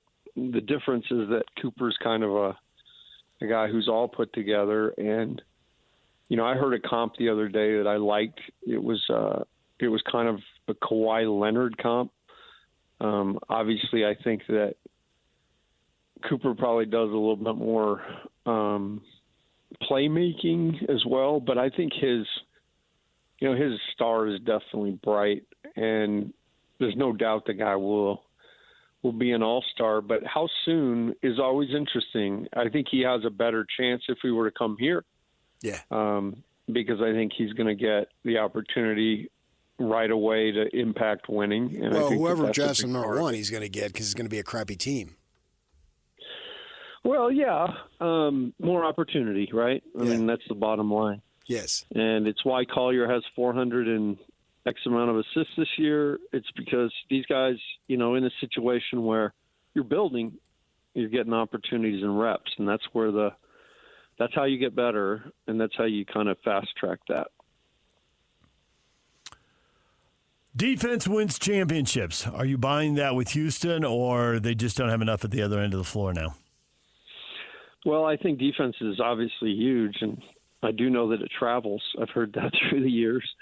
And so that's a good thing. I just think in Florida's case, in Duke's case, I think that the number of high-level guys and then the ability to play a lot of people, Houston they're my sentimental favorite, and that's who I'm actually kind of pulling for. Yeah, me too. I love Sampson. I think the dude's a legend, and I love the way he goes about his business. But I think that this is going to be probably a little more wide open, and I would guess that the depth really more than anything. Not, Houston's got the ability to score, but to a certain point, I think depth long term would be the issue for them. But that's where that's my bracket too. I have Houston winning it. So if Houston wins, I beat Jamil, who's right on my heels.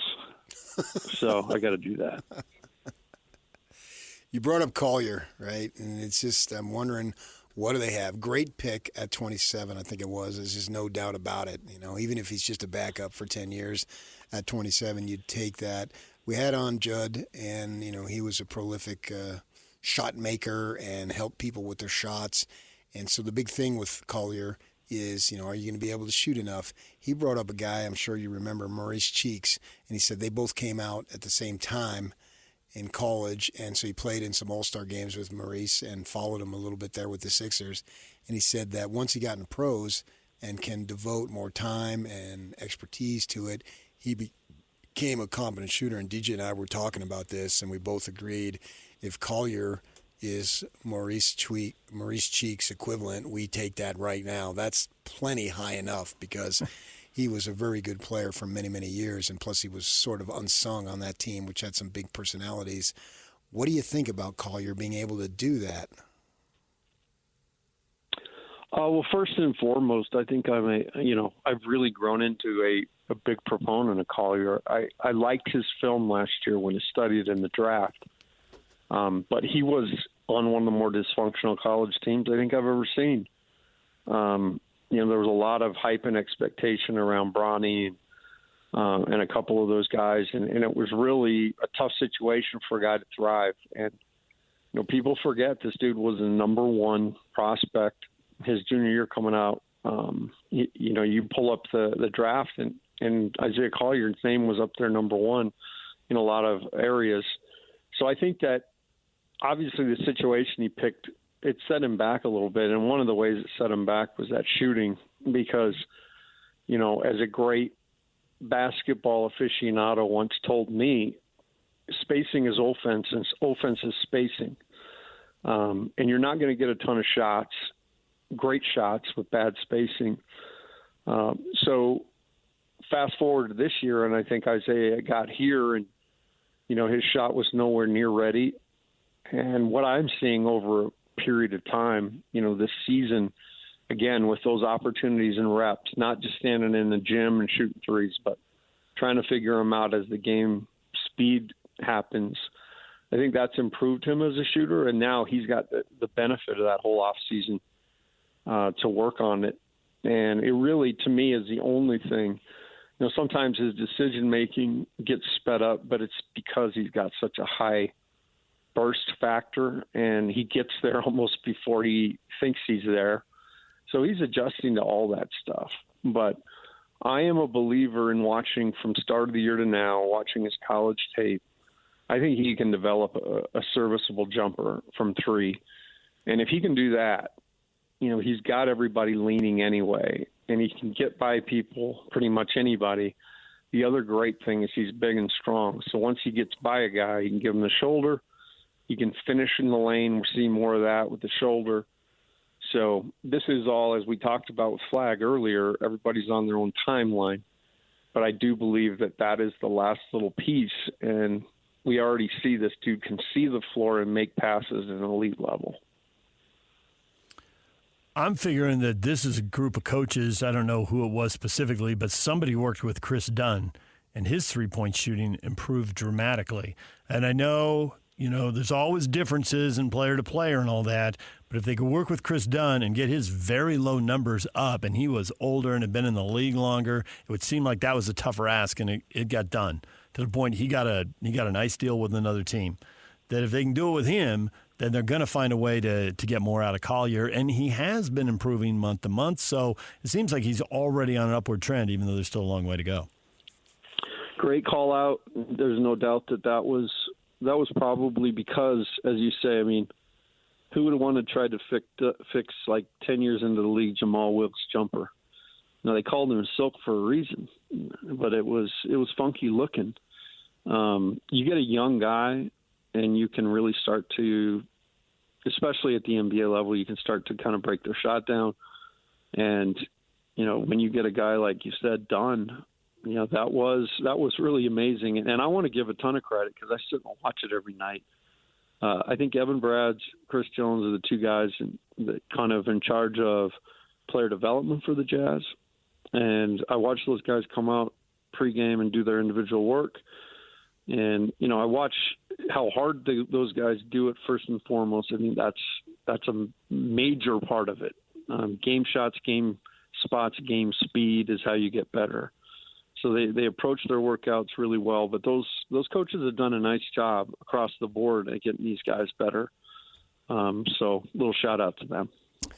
Alex Jensen has been on the job for a week or so, has made a couple of hires. You've been there. If he said to you, Tim, what should I be looking for as I fill out my staff, what would you tell him? I think you need, first and foremost, I've used that 3 times just for fun. You need the version of the Iraqi information minister, and I think you'd be perfect for that. Me? You talking about? Yeah, even when things are going bad, you could just stand out front. We have not lost any games. No, Al knows what he's doing. I mean, he went out and he hired a really big-time West Coast recruiter in Chilius. He went out now and is at an NBA level, GM type position. I've heard that he's taking his time. He's doing a really thorough job, but he wants to try to do this one time here early and then be able to work together. So I think he's doing a great job of that. I've heard some pieces about local ties. I think that would be important. He's really trying to draw the sentiment back to those great days. And so obviously there's a couple more pieces to add, but I have full faith that Al will do a great job. And, he took this thing with a lot of thought, and, this guy's here to, first of all, be here. And then I think second of all, to win at a high level. How much of that is all the decisions coaches make? What percentage of the equation is it now, and what percentage is have the most money? I don't even know anymore. It used to be a lot more about making good decisions, because once you make a decision personnel-wise, when I was in it, that was pretty glued to you, and you didn't want to lose guys. Now it's almost like you make a mistake, you pay your way out of it, and you get into something else. I think it's probably a combination of both. You got to have great sense, and you've got to make good decisions, because I think bad decisions set you back. But I think with all of that, you've got to have a pocket load of money, because you don't have money, you're not in the game. So it's a kind of a chicken or the egg thing right now. But I would say, from where I sit and what I'm seeing happen, I mean, I've never watched the McDonald's All-American game, and the first logo that's thrown up is BYU. Yep, I saw that. Watched it my whole life, never seen it. And I would say that, yeah, Kevin's making some great decisions, and they're associating really well with ties that they've formed. So there's that element. But you're not getting off first base unless you can pay a guy big dollars. So they're intertwined. And to me, it's fascinating how Kevin Young is going to develop and put together his roster, right? Because he comes in with so much hype, and you get a guy like Demon and a couple other dudes and Saunders Blossoms, and so it's all about win now, right? And so with that in mind, he's got 2, whatever it's worth, 4-star freshmen that he recruits, right? And both of them now are in the transfer portal, because he couldn't really play them. It wasn't about development. And so the pressure now and everyone knows that they've got a lot of money to be able to go out and spend. And so we're expecting the Sweet 16. It's not going to be a one shining moment. It's going to be something that's going to be a regular occurrence, not 3 times in 50 years or whatever it is. And so with that in mind, how does he go about bringing younger guys in? And even the Kozlowski kid, I know he had an injury, but I saw him play at Corner Canyon, and he's a deadeye. He has good possibilities here. He doesn't get any time. So if you're a freshman, are you going to be interested in BYU when you've got to be virtually a lottery pick freshman, because they're going to be top heavy and the pressure is going to be on them to win now? How does he go about that recruiting like that?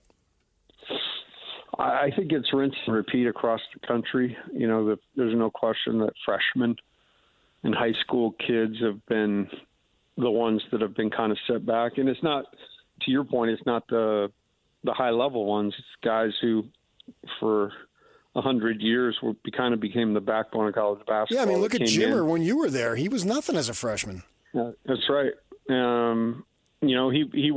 He played 18 minutes a game, and it's really why I go back to what Kelvin Sampson said the other day. He talked about their program is not a program of entitlement. They're a, that's a program where you go and you earn your stripes. And so I think that's where you have to be kind of careful. I mean, the catchings thing this year was pretty visible, that this was a guy who came in with the expectation, first of all, to get paid a bunch of money.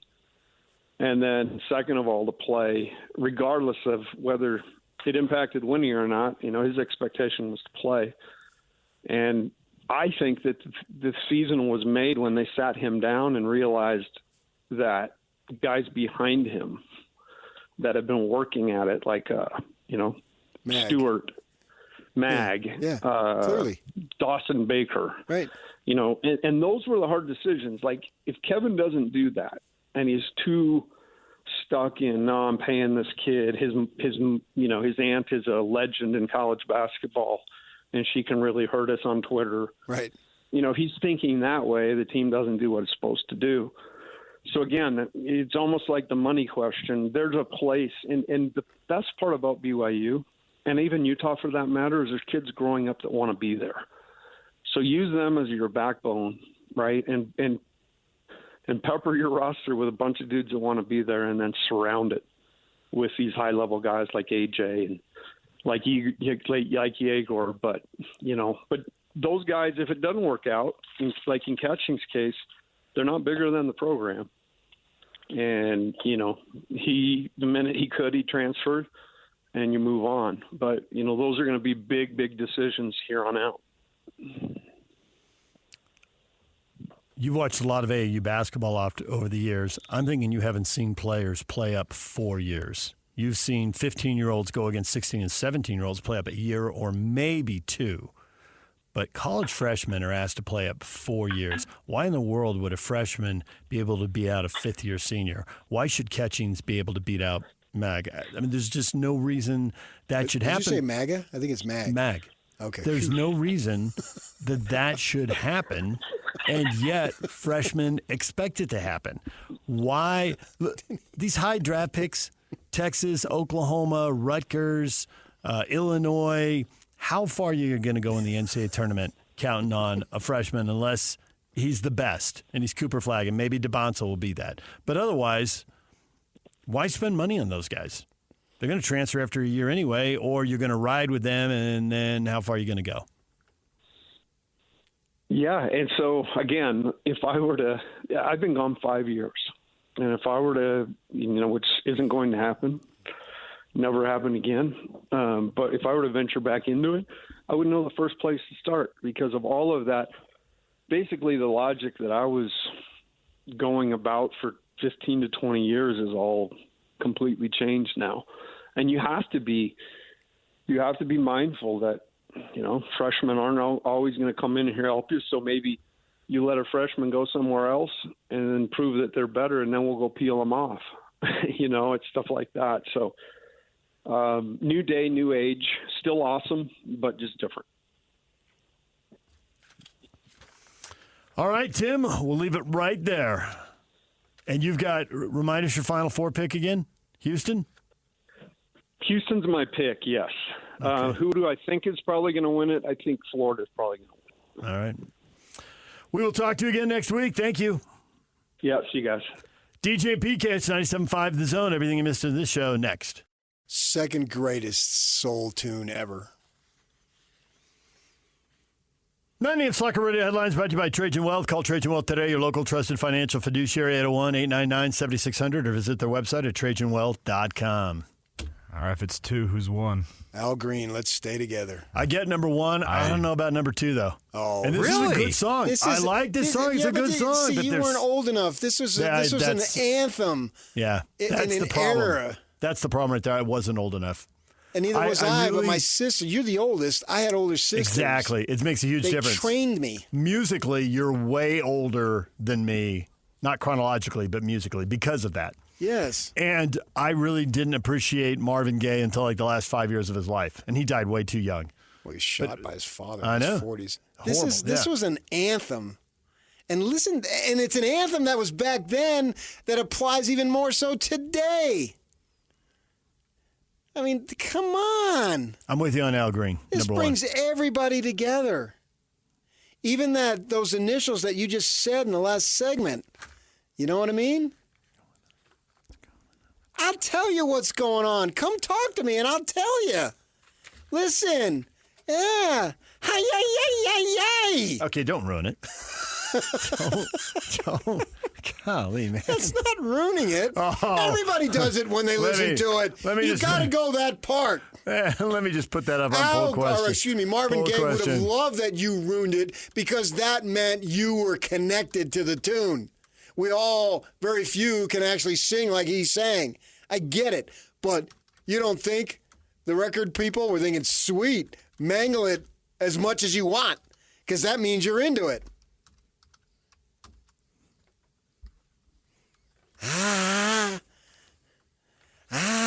Great song.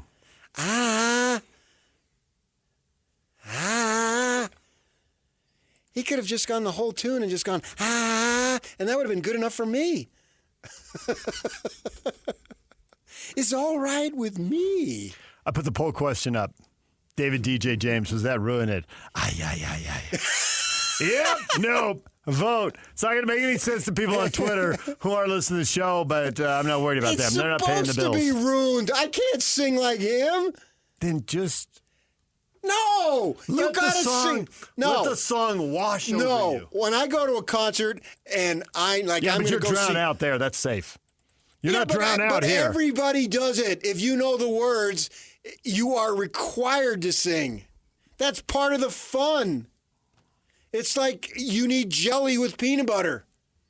No. Yes. You need jam with peanut butter. Which is a really good point because it's National Peanut Butter and Jelly Day today. I knew that. See, the problem with jelly is they strain all the fruit out. It's just the juice. You need jam. Okay, fine. Preserves are better. They're even thicker. That's not the point. Oh. You need that type of thing. Whatever. I could jam you up right now. Hey-o. Just there in the Jazz update.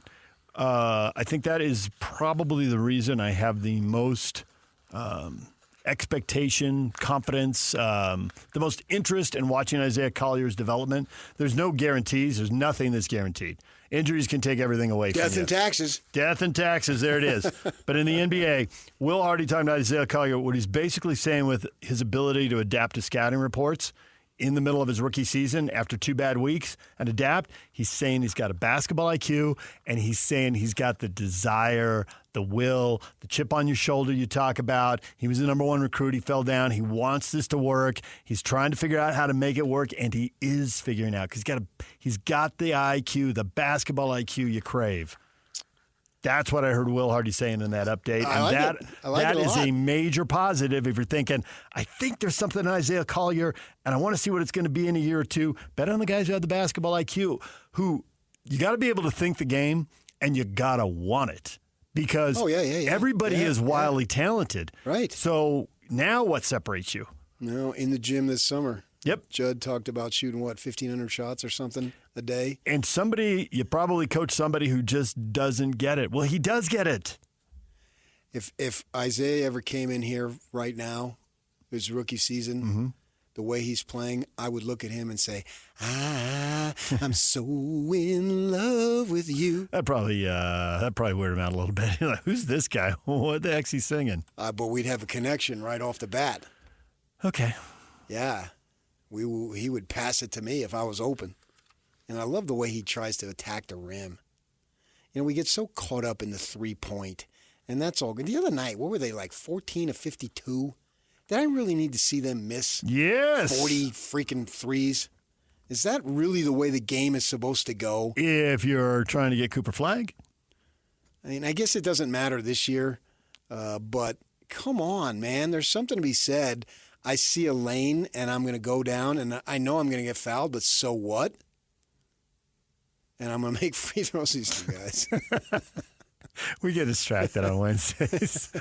Chris Russo's on First Take, and he's waving at the camera and screaming at the ceiling.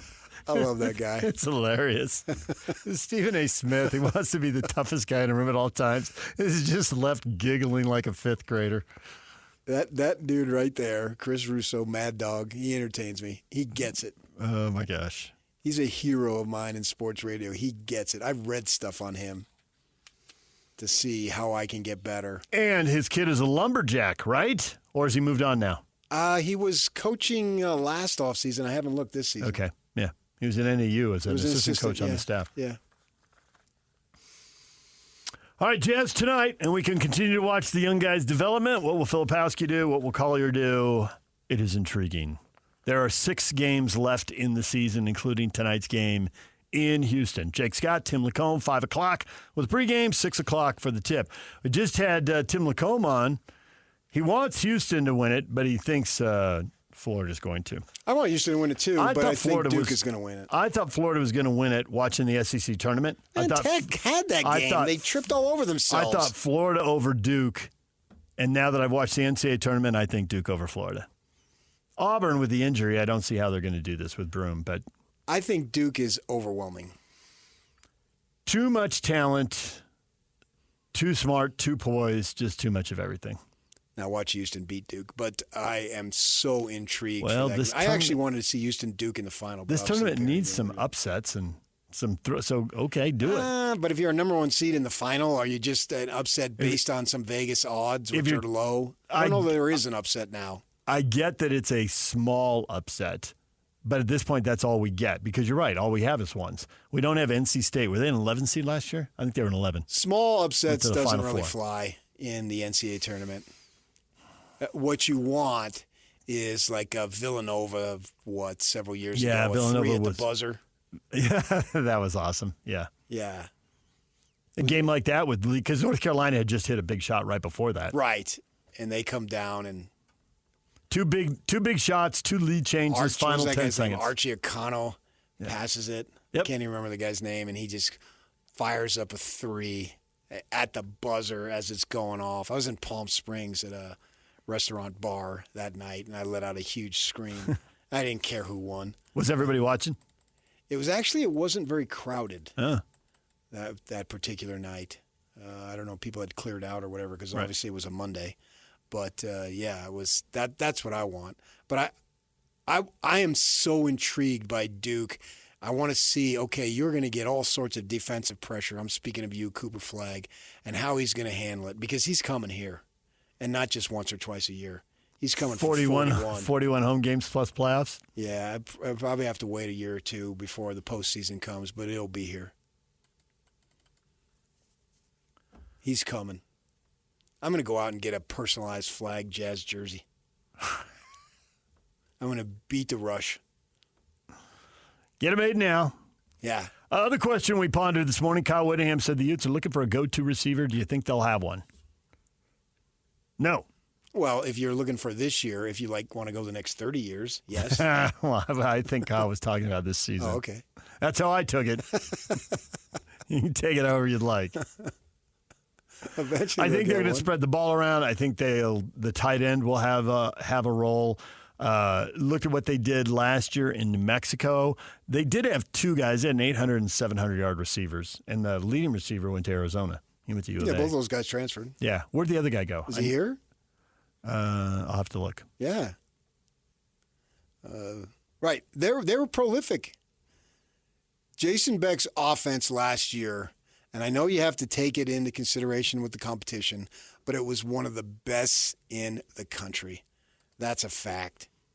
And I think that helps him get the job. Clearly.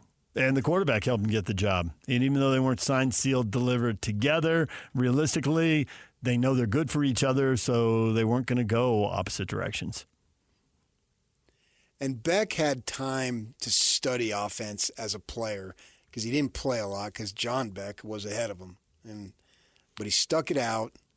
And of course, in those days, you couldn't run as easy as you can now. So I think he's been studying offense for a number of years. I'm excited about this hire. Ryan Davis is the other kid, and he does have 1 year left, so I'm not sure where he is now. He'd already transferred. He'd been at UAB for 3 years, and then went to Mexico for 2. So that's the way the world is, man. That is the way the world is. He brought up Drew Prine going on his 4th school. Is that his name, right? Drew Prine? Yes, he's been at Notre Dame, at Arizona State, went to Missouri. He's now announced he's leaving Missouri. He'll be looking for a 4th program as a 6th-year senior this fall. And a 5th program as a 7th-year senior. When he gets that extra year eligibility back, sure. Just, guys, whenever you get tired, then call it a career. Anything in the regular season do it for you. Steph Curry, 52 points. The Joker, 61, 10, and 10. Now there's a triple-double, although they lost. Minnesota beat Denver despite the Joker going off, and double overtime, 140-139. The regular season for me now is just make sure these guys are healthy. Because if there's a game with Steph Curry and he's got it going on, and there's a game with Jokic and he's got it going on, and it's in the postseason when it really matters, and everything is 1,000 times more intense, I'm in. Grizzlies with the coaching change have lost 4 in a row. They plummeted to 6th with that win. The Warriors jump into 5th. The Lakers are 4th, a half game behind Denver, who's 3rd. So right now it looks like Warriors versus either the Lakers or Nuggets in the first round. We're not quite there yet, but that playoff, good enough for me. That playoff matchup is looming in front of us. The 7 through 10 stuff sort of bores me, but the other stuff, like get me through that, and let's get on with it. The Jazz are playing the Rockets tonight. Houston has been on a tear here. They've been hot and cold and hot again. They are 2nd in the West, and they are 2 games in front of Denver. So home court advantage for a couple of rounds, assuming they can win in advance. They were, let's see, what is this now? 12-2 in the last 14 games with losses to the Lakers and Denver. And they are coming in off that loss to the Lakers on Monday. Yeah, it didn't look good. I watched some of that game. I would be more concerned about matchups than actual seeding. Well, as a 2 seed, they don't have the first clue because they've got that whole play-in thing to worry about. Yeah, and I haven't watched them enough to know what would be better matchups for them. Grizzlies, Timberwolves, Clippers are all on the table if they stay in the 2 spot to be the 7th seed. A healthy Clipper team scares me because I think they've been sleepwalking through. Of those 3, the Grizzlies clearly look like the one you would want. They're down. Right. But they're 6 right now. They have to drop to 7 and then win the first play-in game, so hard to know. Right. I guess if they fall to 7, then they can just lose 2 play-in games and be out.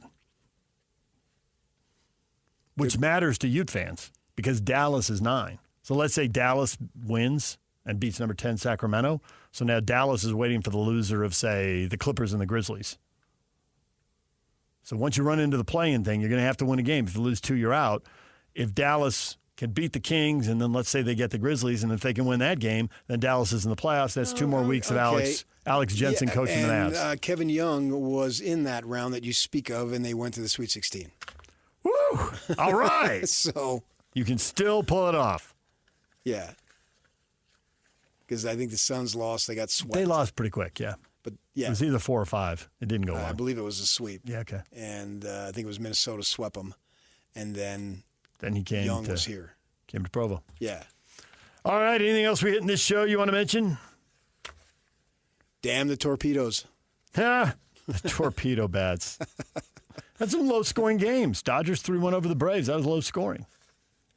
Had some shutouts. I listened to, apparently the guy works for the Miami Marlins who invented this spiel, and they were talking about it on Baseball Network, as you can assume, last night, or presume. And, you know, they are saying it does come down to talent. I mean, we know the steroids played a significant factor, but nobody equated Bonds. He was still the best player. He's still the best hitter. Yeah. And yes, he put up outrageous numbers because a few of them would have been warning track. But he played a lot of his career before steroids were a thing, and you can see where the numbers, they were already awesome, and then they got fantastical. But I don't want to see college-like offensive numbers. The 18 to 17 game that we see in college. It's not baseball. It doesn't do it for me. Right. It becomes a joke. But I don't mind more offense. You can handle 6 to 4. But not 16 to 14. But not everybody has 4 good starters. So when you get down the rotation a little bit, you see 10 to 9s. I'm okay with that. But don't give me 17 to 16 consistently. Back when Wrigley, they talk about the wind blowing out and pop flies were flying back in the day and all that. Okay, so you had a few of those. But it was more circumstantial. If I got a steady diet of teams scoring in the teens, that would bore me. Well, everybody isn't using the torpedo bat yet, although it seems like it will go that way pretty quickly. And there were 4 teams that were shut out last night, and 4 more teams were held to 1 run, and the Rangers beat the Reds 1-0, and they combined for 8 hits. So this isn't Colorado Rocky home games in the 90s yet. No, but if I'm Callaway, if I'm Ping, if I'm TaylorMade, I'm right off the bat, the next year's model, torpedo drivers. DJ and PK, your feedback next. Stay with us. And it's all over almost here. Don't go nowhere. DJ and PK, question of the morning. Former BYU Athletic Director Rondo Feldberg calls BYU the big dog of the Big 12. Given the success of football and basketball, some legitimacy there? Question mark. Chris has really outdone himself. Chris, good work. Very good work, Chris. 3rd place in both football and basketball during one given season hardly seems worthy of big dog status. Their trajectory is trending upwards, however, and he has a Cougar in front of the Alamo with a bronze medal around his neck with a Big 12 logo on it. That's some artwork right there. Spend some time on that. How can you say they were 3rd in the Big 12 in football? Because they were in a 4-way tie. They weren't one of the top 2 in the title game, and they beat Colorado in the Alamo Bowl, so I assume that's why he gave them 3rd. But they didn't play Iowa State. They did not. And they played ASU at home in Tempe. They did. Before one of their best crowds they've had in years. South End Zone for life. It's been 1 year. ... Relax. No such status can be claimed or given unless there is a sustained pattern. Yeah, but we're talking about today. 11-2, highly ranked, true blue, BYU 1984. Yes, we aren't poor bleep like the Utes have become in the new NIL world. And he's got an actress giving a look. That's a nice rivalry look right there. Yeah, I mean, things changed dramatically. I mean, clearly today, BYU is better. I wouldn't have said that last year at this time. No way. There's absolutely no way I would have said that. Maybe in basketball. I mean, Kevin Young at this day last year had not been hired yet. Sweet 16 at DFW Cougar. Nah, this reeks of Utah's arrogance. BYU can't be a big dog without ever winning a conference championship. After they win a couple in each sport, then we can talk.